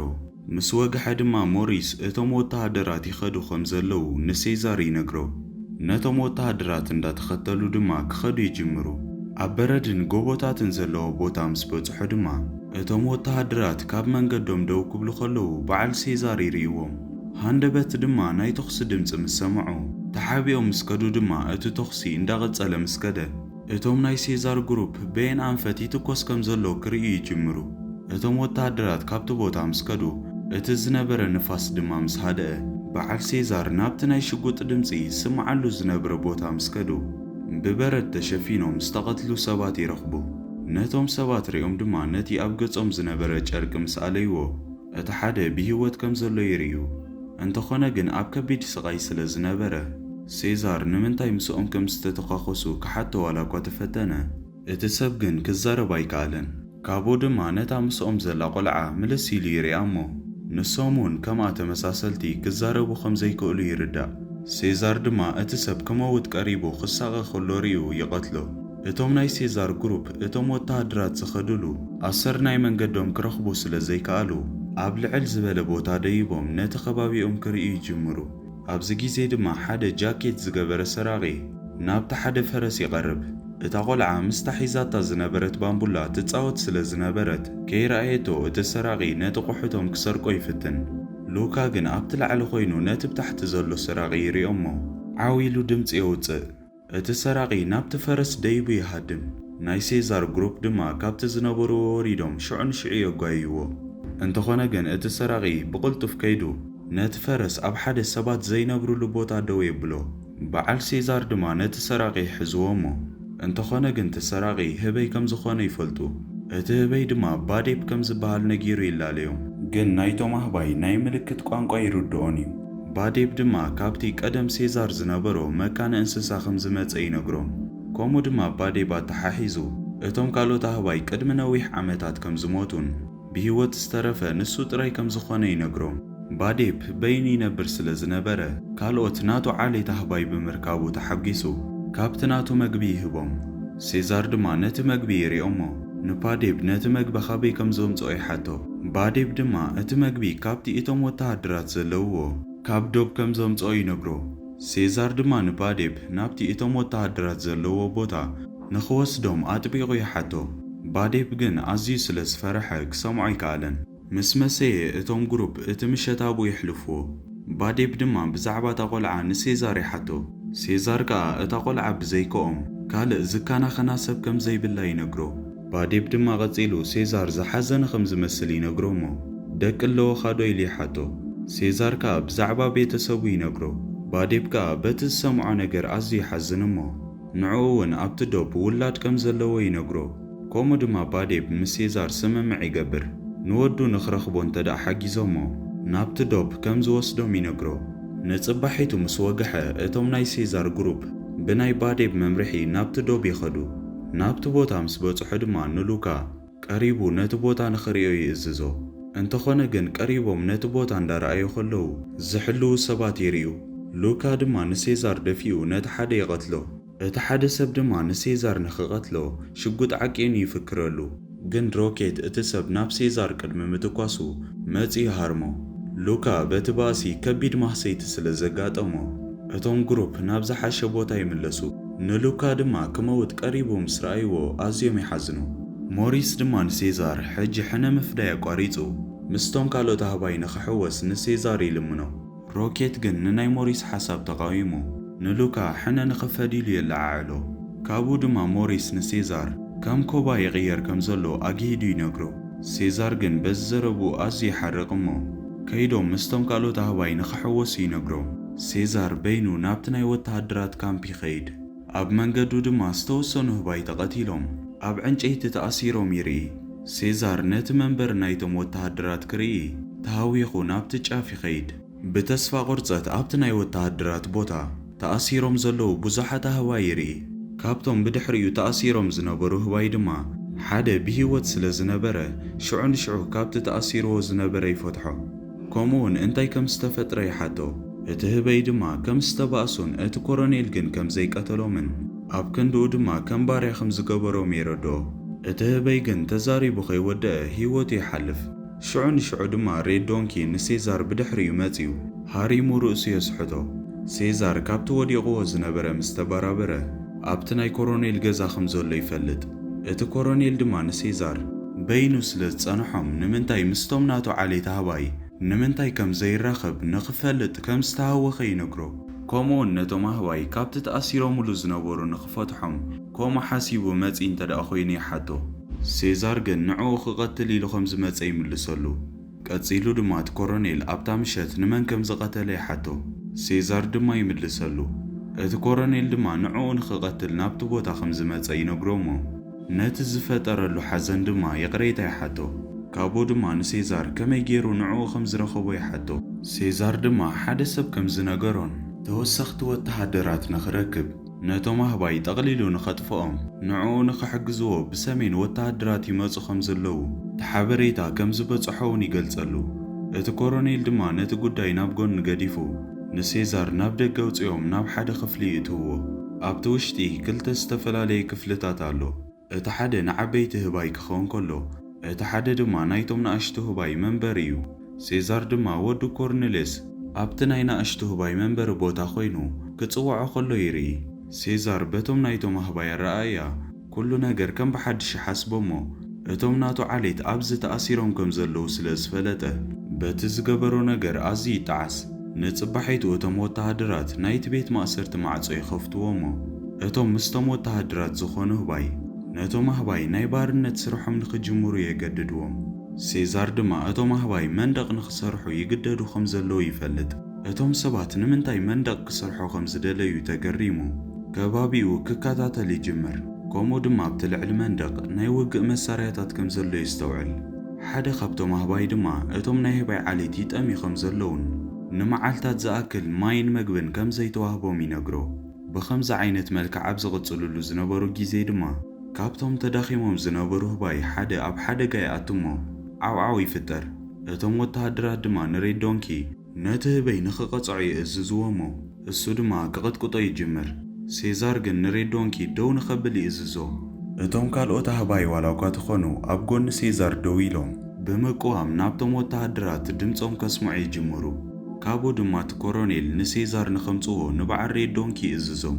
ንሴዛር ከዓ ንኽንብርካኻ ገዲዱ ሬድ ዶንኪ ኣብ ቅድሚ እቲ ኮሎኔል ካሃርሞ ይጅምር። እቲ መቕጻዕቲ ደው ምስ በለ ድማ እቲ ኮሎኔል ንሴዛር ነቶም ኣህባይ ናብ ስርሖም ንኽኣትዉ ንኽእዝዞም ይነግሮ። ሴዛር ግን ነቲ ዝብሎ ዘሎ ነገር ብዘይምስማዕ ማይን መግብን ከም ዘድልዮም ይነግሮ። እቲ ኮሎኔል ድማ ናብቲ ተዳኺሙ ዝነበረ ህበይ ተኪሱ ቀጺሉ ነታ ሽጉጥ ናብ ሴዛር ዓቂኑ ክቖጽር ጀሚሩ ነቶም ሓሪቖም ዘለዉ ህባይ ንኽእዘዝዎ ኸገድዶም ይጅምር። ሽዑ ንሽዑ ግን ሓንቲ ህበይ ስራሓ ትጅምር እሞ እቶም ዝተረፉ ህባይ እውን ንዓኣ ተኸቲሎም ስርሖም ይጅምሩ። በዚ ምኽንያት ድማ እቲ ኮሎኔል ንሴዛር ከይቀተለ ይገድፎ። እንተኾነ ግን ንሴዛር ኣብ ዕንጨይቲ ንኸኣስርዎ ንሬድ ዶንኪ ይእዝዞ። እዚ ኩሉ ነገር ክኸውን ከሎ ግን ሞሪስን እቶም ምስኡ ዘለዉ ግሩፕን ካብ ርሕቀት ይርእይዎም እዮም ነይሮም። ናይቶም ኣህባይ ኩነታት ሪኦም ድማ ካብቲ ተኣሲሮሙሉ ዘለዉ ክድሕኑሉ ዝኽእሉ መንገዲ መደብ የውፅኡ። ኣብታ ምሸት ሬድ ዶንኪ ንሴዛር ፈቲሑ እቲ ኮሎኔል ክሪኦ ከም ዝደሊ ይነግሮ። ኣብቲ ገዛ ድማ እቲ ኮሎኔል ነቲ መራሕዮም ዝኾነ ሴዛር ደጊሙ ነቲ ስራሕ ተቋሪጾን ረብሻ ተጀሚሩን ነቶም ዓሌቱ በብሓደ ከም ዝቐትሎም ነጊሩ የጠንቅቖ። ሕጂ እውን ግን ሴዛር መግብን ማይን ከም ዘድልዮም ምሕታቱ ቐጺሉ እንተዘይኮይኑ ግን እቲ ስራሕ ሰሪሖም ከም ዘይውድእዎ ይነግሮ። እቲ ኮሎኔል ድማ ሓሪቑ ሕጂ ኣብ ትሕቲኡ ከም ዘሎን ልዕሊኡ ከም ዝኾነን ይዘክሮ። ካብኡ ድማ ሴዛር ነቲ ኮሎኔል እቶም ብሰሜን ዝመጹ ዘለዉ ሰራዊት ወተሃደር ተሓባበርቱ ዘይኮኑስ ንዕኡ ዝቃወሙ ሓይልታት ከም ዝኾኑ ይነግሮ። እቲ ኮሎኔል ድማ ብናይ ሴዛር ምስትውዓልን ብዘለዎ ብልሕን ኣዝዩ ይግረም። ዝዋግኡ ዘለዉ ነቲ ቫይረስ ከም ዝኾነን ውዒሉ ሓዲሩ ብኸምዚ ዓይነት መልክዕ ተቐጺሉ እቶም ኣህባይ ልዕሊ ደቂ ሰባት ከም ዝኾኑ የረድኦ። ከምኡውን እቲ ኸጥፍኦም ቀሪቡ ዘሎ ቫይረስ ካብቲ ዝነበሮ መሊሱ ገዲዱ ብግቡእ ናይ ምዝራብን ወይ ድማ ብግቡእ ናይ ምሕሳቦም ክእለት ከጥፍኦ ከም ዝጀመረ ንሴዛር ይገልጸሉ።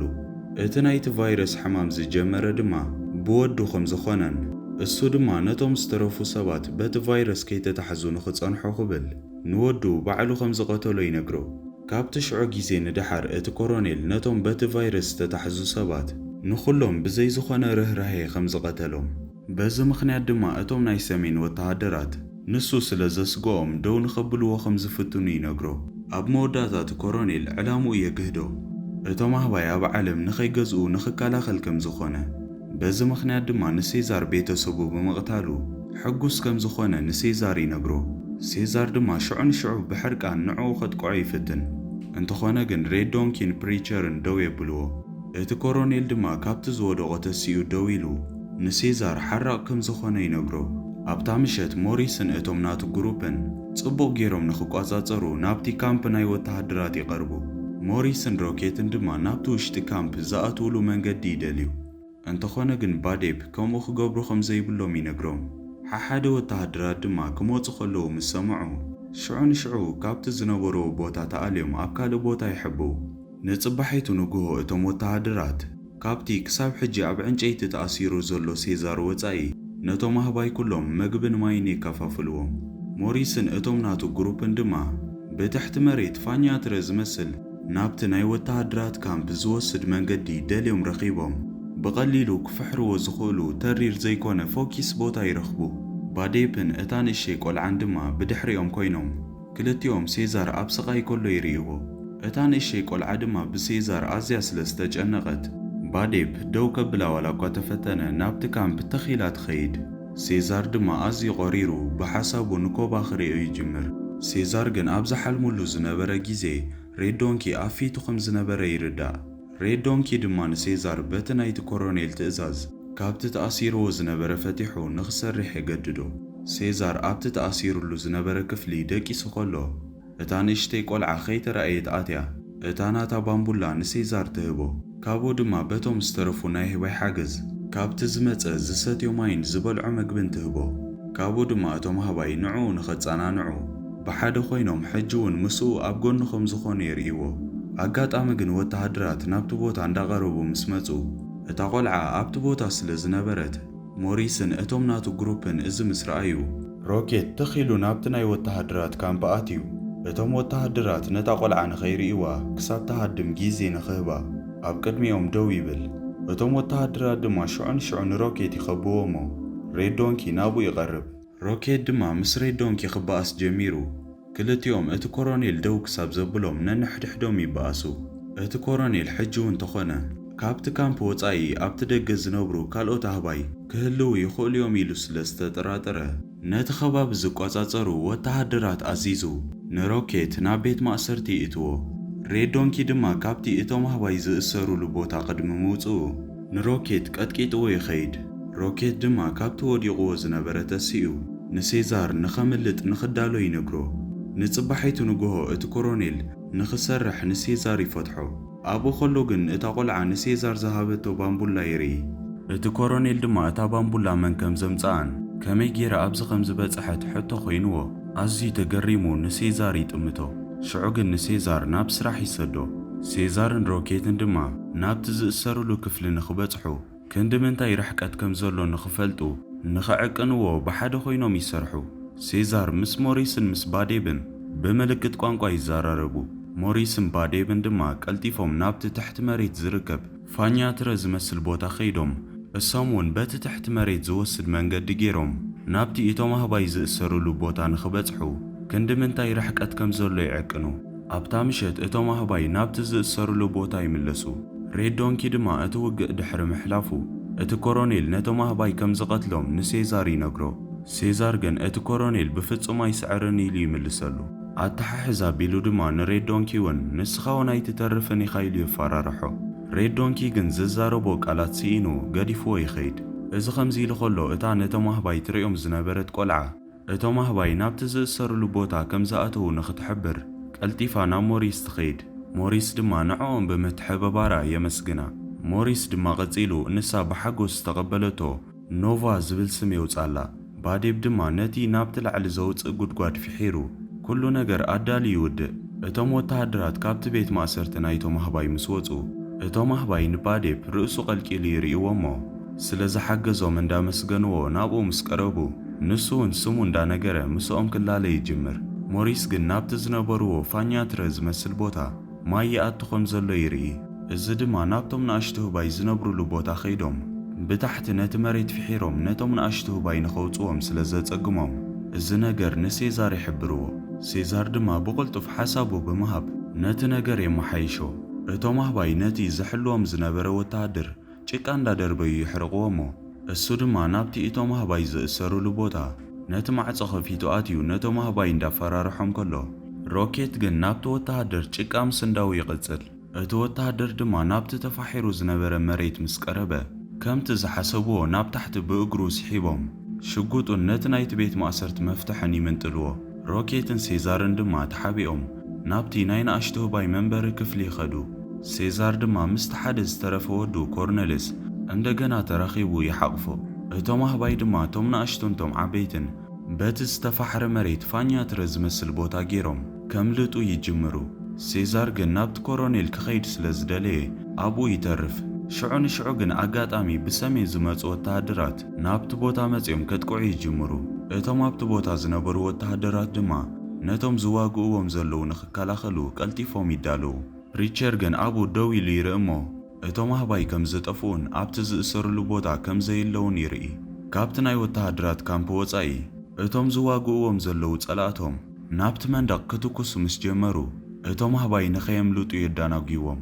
ሴዛር ናብቲ ናይ ኮሮኔል ገዛ ይኸይድ እሞ እቲ ኮሮኔል ተዳኺሙ ኣብ ዓራት ደቂሱ ይጸንሖ። ሴዛር ድማ ነታ ሽጉጥ ኣልዒሉ ንኮሮኔል ይዕቅነሉ። እንተኾነ ግን ብዘገርም ኣጋጣሚ እቲ ኮሮኔል በቲ ቫይረስ ተታሒዙ ስለ ዝነበረ ክዛረብ ኣይክእልን እዩ። ሴዛር ድማ ነታ ባምቡላ ርኢዩ እንታይ ከም ዝተፈጥረ ይርዳእ። ካብኡ ድማ እቲ ኮሮኔል ናይ ሴዛር ኢድ ሒዙ ነታ ሽጉጥ ናብ ርእሱ ከም ዘዕቅነሉ ገይሩ ንኽቐትሎ ይደሊ። ሴዛር በቲ እቲ ኮሮኔል ዝገበሮ ነገር ኣዝዩ ዋላ እኳ ተሓዘነ፣ ግን እቲ ዝነበሮ ኩነታት ርኢዩ ስለ ዘደንገጾ ነታ ሽጉጥ ኣቐሚጡ ገዲፍዎ ይወፅእ። ካብኡ ድማ እቲ በቲ ቫይረስ ሳቐ ዝነበረ ኮሮኔል ናብ ገዛእ ርእሱ ተኪሱ ይመውት። እቲ ዝተኸፍተ ውግእ ከምቲ ዝነበሮ ቐጺሉ ካብቶም ምስ ሬድ ዶንኪ ዝነበሩ ወተሃደራት ሓደ እቶም ኣህባይ ክሃድሙ ከለዉ ርኢዩ ናብኦም እንዳተኮሰ ብጢት ክሃርሞም ይጅምር። ሴዛር ድማ ካብቲ ናይቲ ኮሮኔል ገዛ ወፂኡ ኣብቲ ላዕሊ ኮይኑ እቶም ወተሃደራት ናብቶም ኣህባይ ክትኩሱ ከለዉ ምስ ረኣየ ካብቲ ገዛ ቦምቢ ሒዙ ዘሊሉ ይወፅእ። ምስቶም ወተሃደራት ዝነበረ ሬድ ዶንኪ ድማ እንታይ ይገብር ከም ዘሎ ተረዲእዎ እቶም ዓሌቱ ህባይ ይደንግጽዎ። ሓደ ወተሃደር ድማ ንሬድ ዶንኪ ዝትኮስ ቦምቢ ንኽሕዝ ይነግሮ እሞ ንሱ ነቲ ሽጉጥ ምስ ሓዘ ሴዛር እንዳጎየ ናብኦም ክመጽእ ከሎ ይርዮ። ሴዛር ድማ ናብቲ ነዳዲ ዝእከበሉ ቦታ ቦምብ ክስንዱ ምስ ቀረበ ብፕሪቸር ብማንቲክ ክራማ ይህረም። ሴዛር ተወጊኡ ምስ ወደቐ ፕሪቸር ክቐትሎ ናብኡ ምስ ቀረበ በንጻሩ ግን ናብኡ ፈንጂ ተተኪሱ ኣብኡ ይመውት። ሬድ ዶንኪ ኣብ መወዳእታ በቲ ዝገብሮ ዝነበረ ነገር ተጣዒሱ በቲ ሒዝዎ ዝነበረ መሳርያ ናብ ፕሪቸር ከም ዝተኮሰ ንርኢ። እቶም ወተሃደራት ድማ ሽዑ ንሽዑ ንሬድ ዶንኪ ተኪሶም ይቐትልዎ እሞ ቀጺሎም ናብ ሴዛር ክትኩሱ ይጅምሩ። ሴዛር ድማ ካብቲ ዝትኮስ ዝነበረ ጢት እንዳምለጠ ነቲ ብጥቑኡ ዝነበረ ቦምቢ ሒዞ ቀልጢፉ ድማ ነቲ ቦምብ ናብቲ ናይ ነዳዲ መእከቢ ይስንድዎ። በዚ ምኽንያት ድማ ሙሉእ እቲ ቦታ ተፈንጂሩ ንሱ ቀልጢፉ ናብ ጉድጓድ ኣትዩ ብኡ ገይሩ የምልጥ።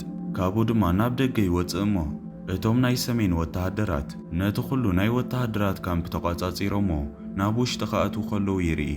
በቲ ዝተፈንጀረ ፈንጂ ምኽንያት ድማ ኣብቲ ጎቦታት ዝነበረ በረድ መኺኹ ኩሉ እቲ በረድ ካብቲ ጎቦታት ብሓይሊ ናብ መሬት ክወርድ ይጅምር። እቶም ኣህባይ ድማ እቲ ዝመጽእ ዘሎ በረድ ከየርከቦም ናብ ነዋሕቲ ግራብ ይድይቡ። እቶም ሰባት ግን ካብቲ ቦታ ቅድሚ ምምላጦም በቲ በረድ ይሽፈኑ። ሴዛር ድማ ቀልጢፉ ናብ ሓንቲ ገረብ ይድይብ። ንሱን እቶም ካልኦት ኣህባይን ድማ በቲ ዝነበረ በረድ ከይተሸፈኑ ብሂወት ይተርፉ። እቲ ዝነበረ ውግእ ድማ ኣብ መወዳእቱ የበቅዕ። እቶም ኣህባይ ድማ ብሰላም ናብቲ ሓድሽ መንበሪኦም ጉዕዞኦም ይጅምሩ። ድሕሪ ነዊሕ ጉዕዞ ናብቲ ዝነብሩሉ ጽቡቕ ቦታ ይበጽሑ። ሴዛር ግን በቲ ብማንቲክ ክራማ ዝተሃርሞ ምኽንያት እቲ ቆስሉ ከም ዘይሓሾን ኣብ መንገዲ ድማ ብዙሕ ደም ይፈሶ ከም ዝነበረ ምስ ረኣዩ እቶም ኣህባይ ኣዝዮም ይሓዝኑ። ሞሪስ ድማ እዚ ንሴዛር ዘጋጠሞ ነገር ዋላ እኳ ተስተውዓለ እንተኾነ ግን ሴዛር ንሞሪስ ንኸይጭነቕ ይነግሮ። ኣብ መወዳእታ ድማ ሴዛር ኣብዚ ቦታ ብሰላም ከም ዝነብሩን ብዘይናቱ ማራርሓ ኸማን ክቕጽሉ ከም ዝኽእሉ ንሞሪስ ይነግሮ። ሞሪስ ድማ ክነብዕ ጀሚሩ ንመጀመርያ ግዜ ይዛረብ። ንሴዛር ድማ ነቲ ናቱ ራእይ ኣብ ወዲ ከም ዝቐጽሎ ይነግሮ። ሴዛር ድማ ፍሽኽ ኢሉ ደጊሙ ናብቶም ናቱ ዓሌት ኣህባይ ርኢዩ ኣብ መወዳእትኡ ኣብቲ ዝነበርዎ ቦታ ይመውት። ካብኡ ንድሓር ፊልምና ድሕሪ 300 ዓመት ይወስደና እሞ ናይ ኣህባይ ዓሌት ተኣኪቦም ዝነብሩሉ ቦታ ንርኢ። ኩሎም ቶም ኣህባይ ሓቢሮም እንዳነበሩ ነንሕድሕዶም እውን ክዘራረቡን ክረዳድኡን ይኽእሉ እዮም። ካብ መንጎ ቶም ኣህባይ ቀንዲ ናይዛ ፊልምና ገጸ ባህሪ ዝኾነ ኖሃ ንላለዮ። ኖሃ ነቲ ናይቲ ኸባቢ መራሒ ወዱ ክኸውን ከሎ ኖሃን ኣዕርኽቱን እንዳተጓየዩ ናብ ሓደ ጎቦ ይኸዱ። ናብቲ ጎቦ ዝኸዱሉ ምኽንያት ድማ ኣብቲ ዓሌት ኩሎም ተማህባይ ኣኣብ ገዝኦም ነናቶም ንስሪ ናይ ምዕባይ ልምዲ ስለ ዝነበሮም ብባህሎም መሰረት ኩሎም ኣህባይ ምስ ዓበዩ ነቲ ናቶም ንስሪ ኣብ ገዝኦም ናይ ምዕባይ ግዴታ ኣለዎም። በዚ ምኽንያት ድማ ኖሃን ኣዕርኽቱን ንኽጫጭሕ ዝቐረበ ናይ ንስሪ እንቋቑሖ ደልዮም ረኺቦም ንሶም እውን ናቶም ንስሪ ክዕብዩ ስለ ዘለዎም ነተን ኣብኡ ዝጸንሖም 3 እንቋቑሖ ሓሓዲኦም ወሲዶም ናብቲ ዝነብሩሉ ቦታ ይምለሱ። ኣብቲ ዝነብሩሉ ቦታ ድማ ንኖሃ ኣቦኡ ነቲ ናይ ንስሪ እንቋቑሖ ክከናኸኖ ከሎ ንሪኦ። ምስ መሰየ ድማ ኖሃ እቲ ናይ ንስሪ እንቋቑሖ ክሳብ ዝጫጭሕ ብተሃዋኽ እንዳተጸበየ ከሎ ሃንደበት ሓንቲ ጓል ሰብ መግቢ እንተረኸብኩ ኢላ ንኽደሊ ናብቲ ዝነብሩሉ ቦታ ትመጽእ። ኖሃ ድማ ነታ ቆልዓ ስለ ዝረኣያ እንዳደለያ ከሎ እታ ጠምያ ዝነበረት ቆልዓ ነታ ኖሃ ሒዝዋ ዝነበረት እንቋቑሖ ካብኡ ወሲዳ ንዕኡ ደፊኣ ውዲቓ ካብኡ ክትሃድም ምስ ፈተነት ኖሃ ድማ ቐልጢፉ እታ እንቋቑሖ ንኸይትወስደሉ ክምንጥላ ክብል እታ እንቋቑሖ ምስ ተሰብረት እታ ቆልዓ እንዳጐየት ናብቲ ጫካ ትሃድም። ኖሃ ድማ እታ ክሳብ ትጫጭሕ ብተሃዋኽ ዝጽበያ ዝነበረ ናይ ንስሪ እንቋቑሖ ስለ ዝተሰብረቶ ኣዝዩ ሓዚኑ ምስ መሓዘቱ እንደገና ናብቲ ጎቦ ኸይዱ እንቋቑሖ ተረኸበ ንኽደሊ ይውስን።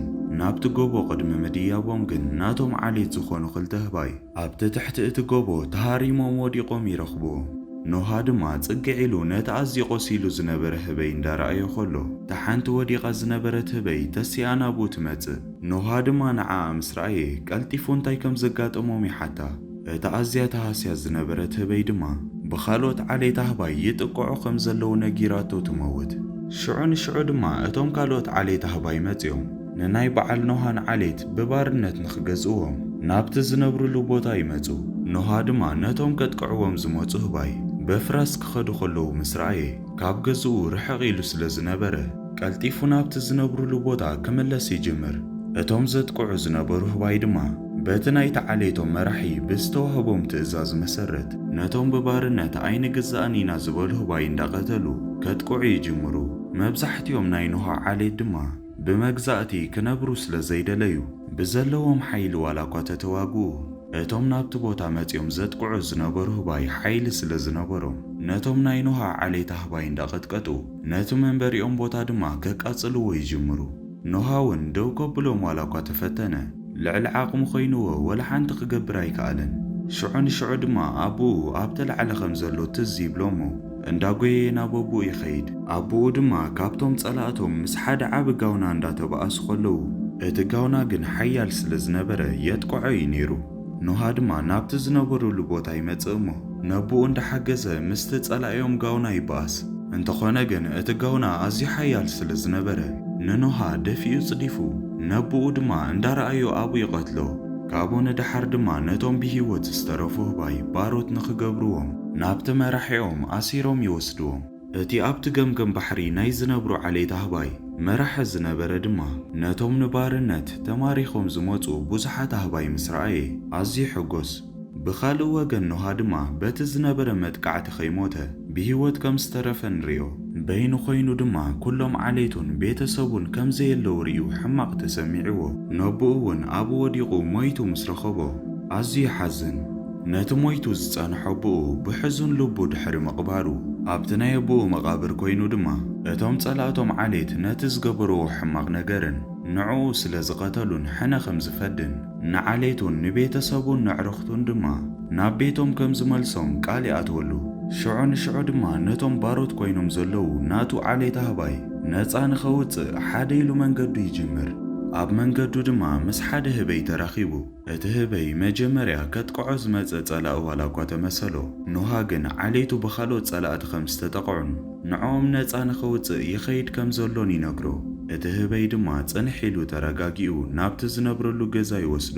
ኖሃ ድማ ኣብቲ ቦታ ብዝረኣዮም መጻሕፍቲ እንዳተገረሙ ከሎ እቲ ህበይ በሊሕ ስለ ዝነበረ እዚ ትሪኦ ዘለኻ መጻሕፍቲ እዩ ዝበሃል ኣብ ውሽጡ ድማ ብዙሕ ፍልጠትን ዝተፈላለየ ነገራትን ሒዙሎ ኢሉ ይነግሮ። ቀጺሉ ድማ እቲ ህበይ ቀደም ቅድሚ ነዊሕ ዓመታት ብዙሓት ኣህባይ ከም ዝነበሩ ንኖሃ ይነግሮ። ከምኡውን ነዚ መጽሓፍ ከንብብዎን ክርድእዎን ዝኽእሉ እቶም ቀደም ዝነበሩ ህባይን ደቂ ሰባትን ጥራይ ከም ዝኾኑ ይነግሮ።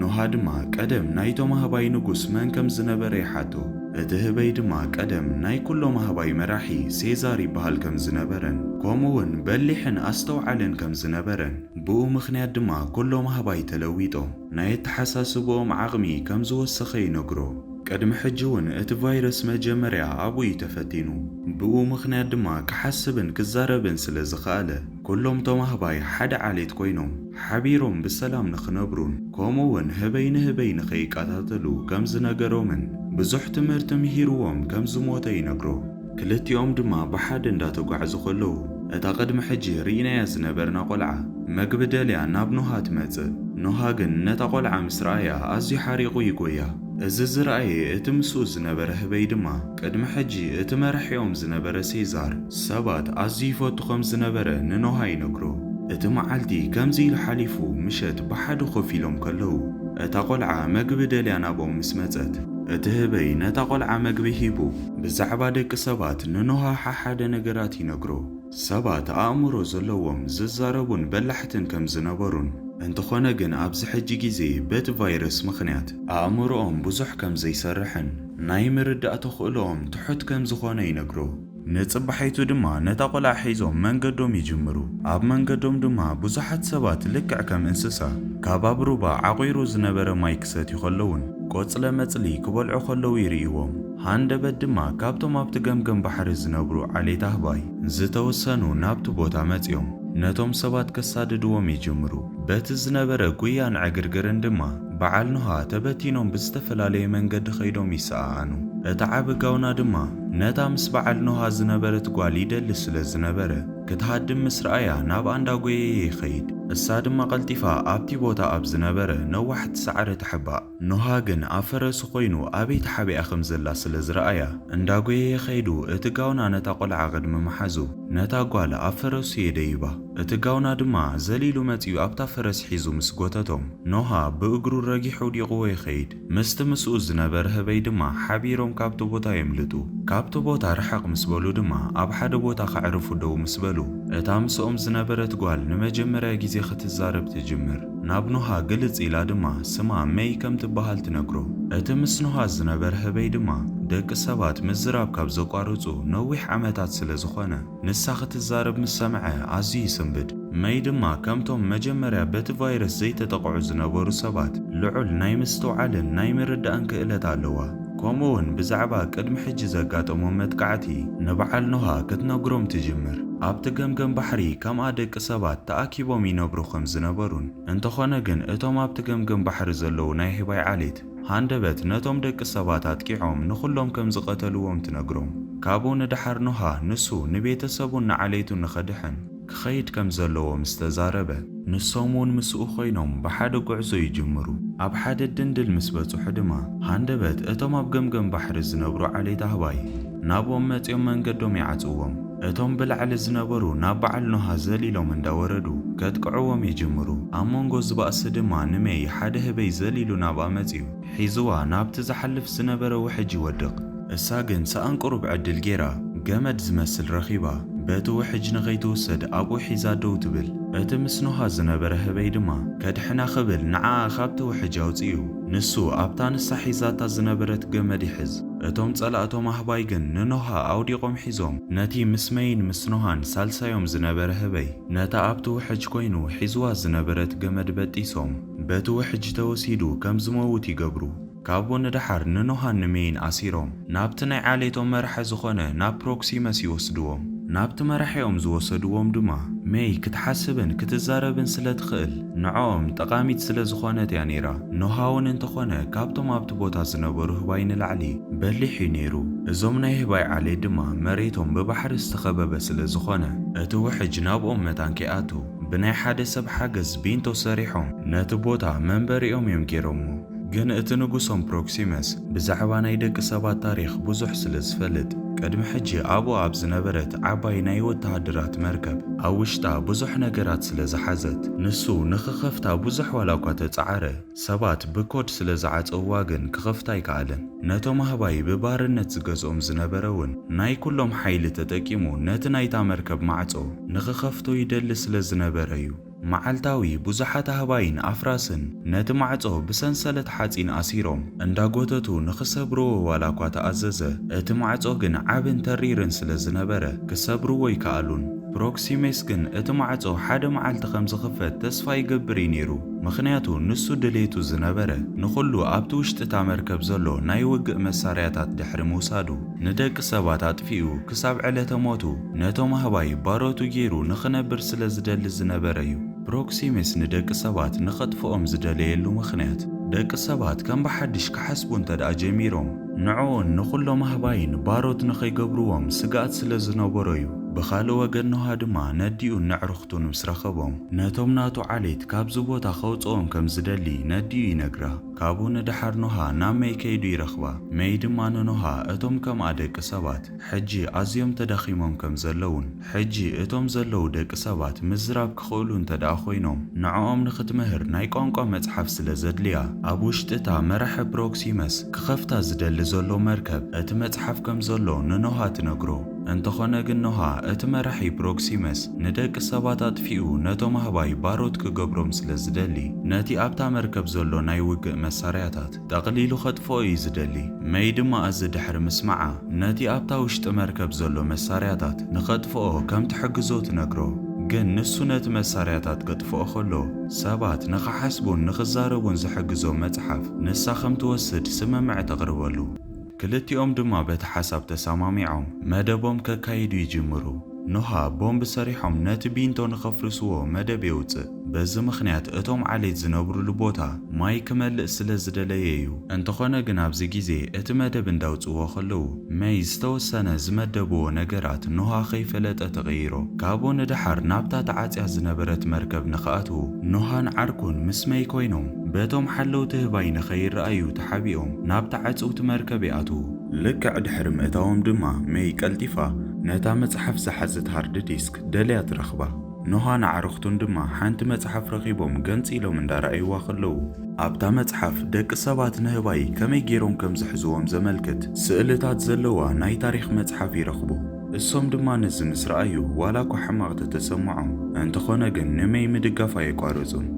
قروب صانيحهم دما كل سرحهم دحر مودهم اتهم كلو مهباي نخخفتو وزعرو زنبرو نايتا مركب معصو بناي مي حاجز بعلنوها يخفتوه لك معصو مستخفته اتمرح نايتهم علي تهباي بروكسيمس مس مسارحتو نابت استخفته معصو يقنعو بروكسيمس إذا مسرعي بحاجوس عينو بريهو نابوش تآتيو ننوها نخحزوه ناتهم ناتو أهباي دحر مئزازو زفلتو زبال خلو تزين جيروه نعاليتو ويدما نمي كم زغتل اندانا غري فكرلو زخوانا نجر قدم مفتارو جن مي أبتا مركب زرخبتا حانت شقوت حيزاتا سلزنبرت ناتين نوها أديو بخاران دا فرارحة ماريخوا زنبرت سألا يوم هبي بتا حيزاتا زنبرت شقوت توكي سات هرمو اتمرح يوم بروكسيمس دما از دحر مرأيو اتبتي تستهر مناتو عاليت بموماتو ولا حانت عجب كيبلو مي نتا شقوت أبتا مركب كم زرخبتا سلزفلته بحاجوس نخالي أبتا وشت مركب نزولو زتفلالي نايوق مساريحيتات تقليلا نخيت اتفويلو نسا كابتو بوتا بنات اخد كيد كم تخيل دانا جره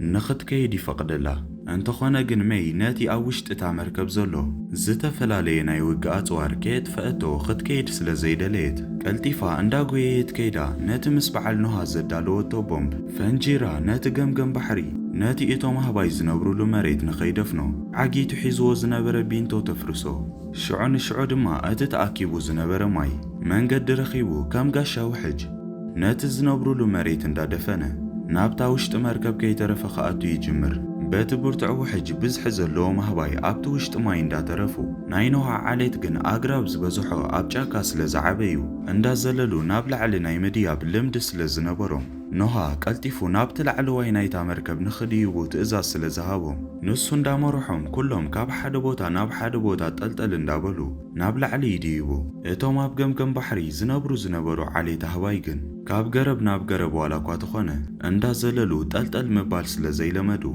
بات زنبره برتعو حج تدفينهم يموتو اتوم ناينوها عليت بحد تأكيبهم كلو دما هاندبت بروكسيمس كي موتت صنيحو نابهم بممزا ننوها بخبيت كتقعي جمر ንኖሃ ኣውዲቑ ድሕሪ ምቕጥቃጡ ድማ ነቶም ኣብኡ ዝነበሩ ናይ ኖሃ ዓሌት ኣህባይ ካብ ሕጂ ንድሓር ባሮቱ ከም ዝኾኑን ናቶም መራሒ ንሱ ከም ዝኾነ ይነግሮም። ኖሃ ድማ ነዚ ምስ ሰምዐ ብሕርቃን ካብቲ ወዲቑዎ ዝነበረ እንዳተስአ እቶም ናቱ ዓሌት ጥራይ ዝፈልጥዎ ፍልይ ዝበለ ድምፂ ካብ ኣፉ እንዳውፅአ ነቶም ቅድሚ ሕጂ በዓል ኖሃ ኣብ መሬቶም ከለዉ ዝዕብይዎም ዝነበሩ ንስሪ ይጽውዖም። ኩሎም ቶም ንስሪ ድማ በብሓደ እንዳመፁ ንፕሮክሲመስ እንዳሃረሙን ዓይኑ ሸፊኖም ደርገፍገፍ እንዳበሉ ናብቲ ጸድፊ ውዲቖም ቀቲሎሞ ይኸዱ። ካብታ ግዜ ንድሓር ካብ ባርነት ነፃ ወፂኦም ብነፃነት ነቲ ዝነብሩሉ ዝነበሩ ቦታ ከም ብሓድሽ እንዳሰርሑን ንዝፈረሰ እንዳሓደሱን ክነብሩ ይጅምሩ። እቶም ኣህባይ ኮፍ ኢሎም ከለዉ ድማ ሃንደበት መይ ናብኦም ትመጽእ። ኖሃ ድማ ናብኣ ኸይዱ ነቲ ኣብ ውሽጢ እታ መርከብ ዝነበረ ናይ ውግእ ኣጽዋር ንኸጥፍኡ ኣውፂኦሞ ዝነበረ መደብ ካልእ ከም ዝነበረን ንሳ ግን ከይነገረቶ ሓሳባ ቀይራ ካልእ መንገዲ ብምጥቃማ ኣዝዩ ከም ዝሓዘነን ካብ ሕጂ ንድሓር ንደቂ ሰባት ከም ዘይኣምን ይነግራ። መይ ግን እቲ ዝገበረቶ ነገር ጌጋ ከም ዝኾነ ተረዲእዋ ምስኡ ተዓሪቓ ተፋንያቶ ቅድሚ ሕጂ ካብታ መርከብ ወሲዳታ ዝነበረት ሃርድ ዲስክ ኣብ ሳተላይት ዘለዎ ቦታ ኸይዳ ንኽትጥቀመላ ጉዕዞኣ ትጅምር። ድሕሪ ዝተወሰነ ጉዕዞ ድማ ኣብ ሓደ ቦታ ምስ በጽሐት ኣብቲ ቦታ ልክዕ ከምኣ ብዙሓት ሰባት ከም ዘለዉ ንርኢ።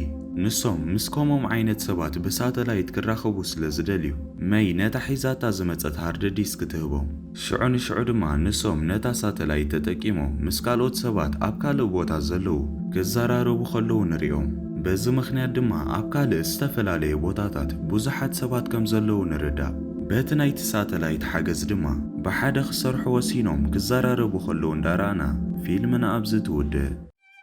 ክቡራት ተኸታተልቲ ኣብ 2024 ዝተሰርሐት ኪንግስ ኦፍ ዘ ፕላኔት ኦፍ ዘ ኤፕስ ዘርእስታ እዛ ሕጂ ዝተዘርግሐት ሓዳሽ ፊልም ነዚ ትመስል ነይራ።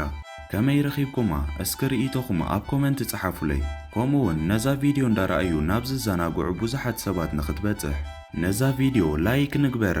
ከምኡውን ነዛ ቻነል ሓድሽ መሃርን ኣዘናግዕን ፊልምታት ሒዝናልኩም ክንመጽእ ከለና ቀልጢፉ መታን ክበጽሓኩም ሳብስክራይብ ምግባር ኣይትረስዑ። ኣብ ዝቕጽል ብኻልእ ፊልም ክሳብ ንራኸብ ሰሰናዩ።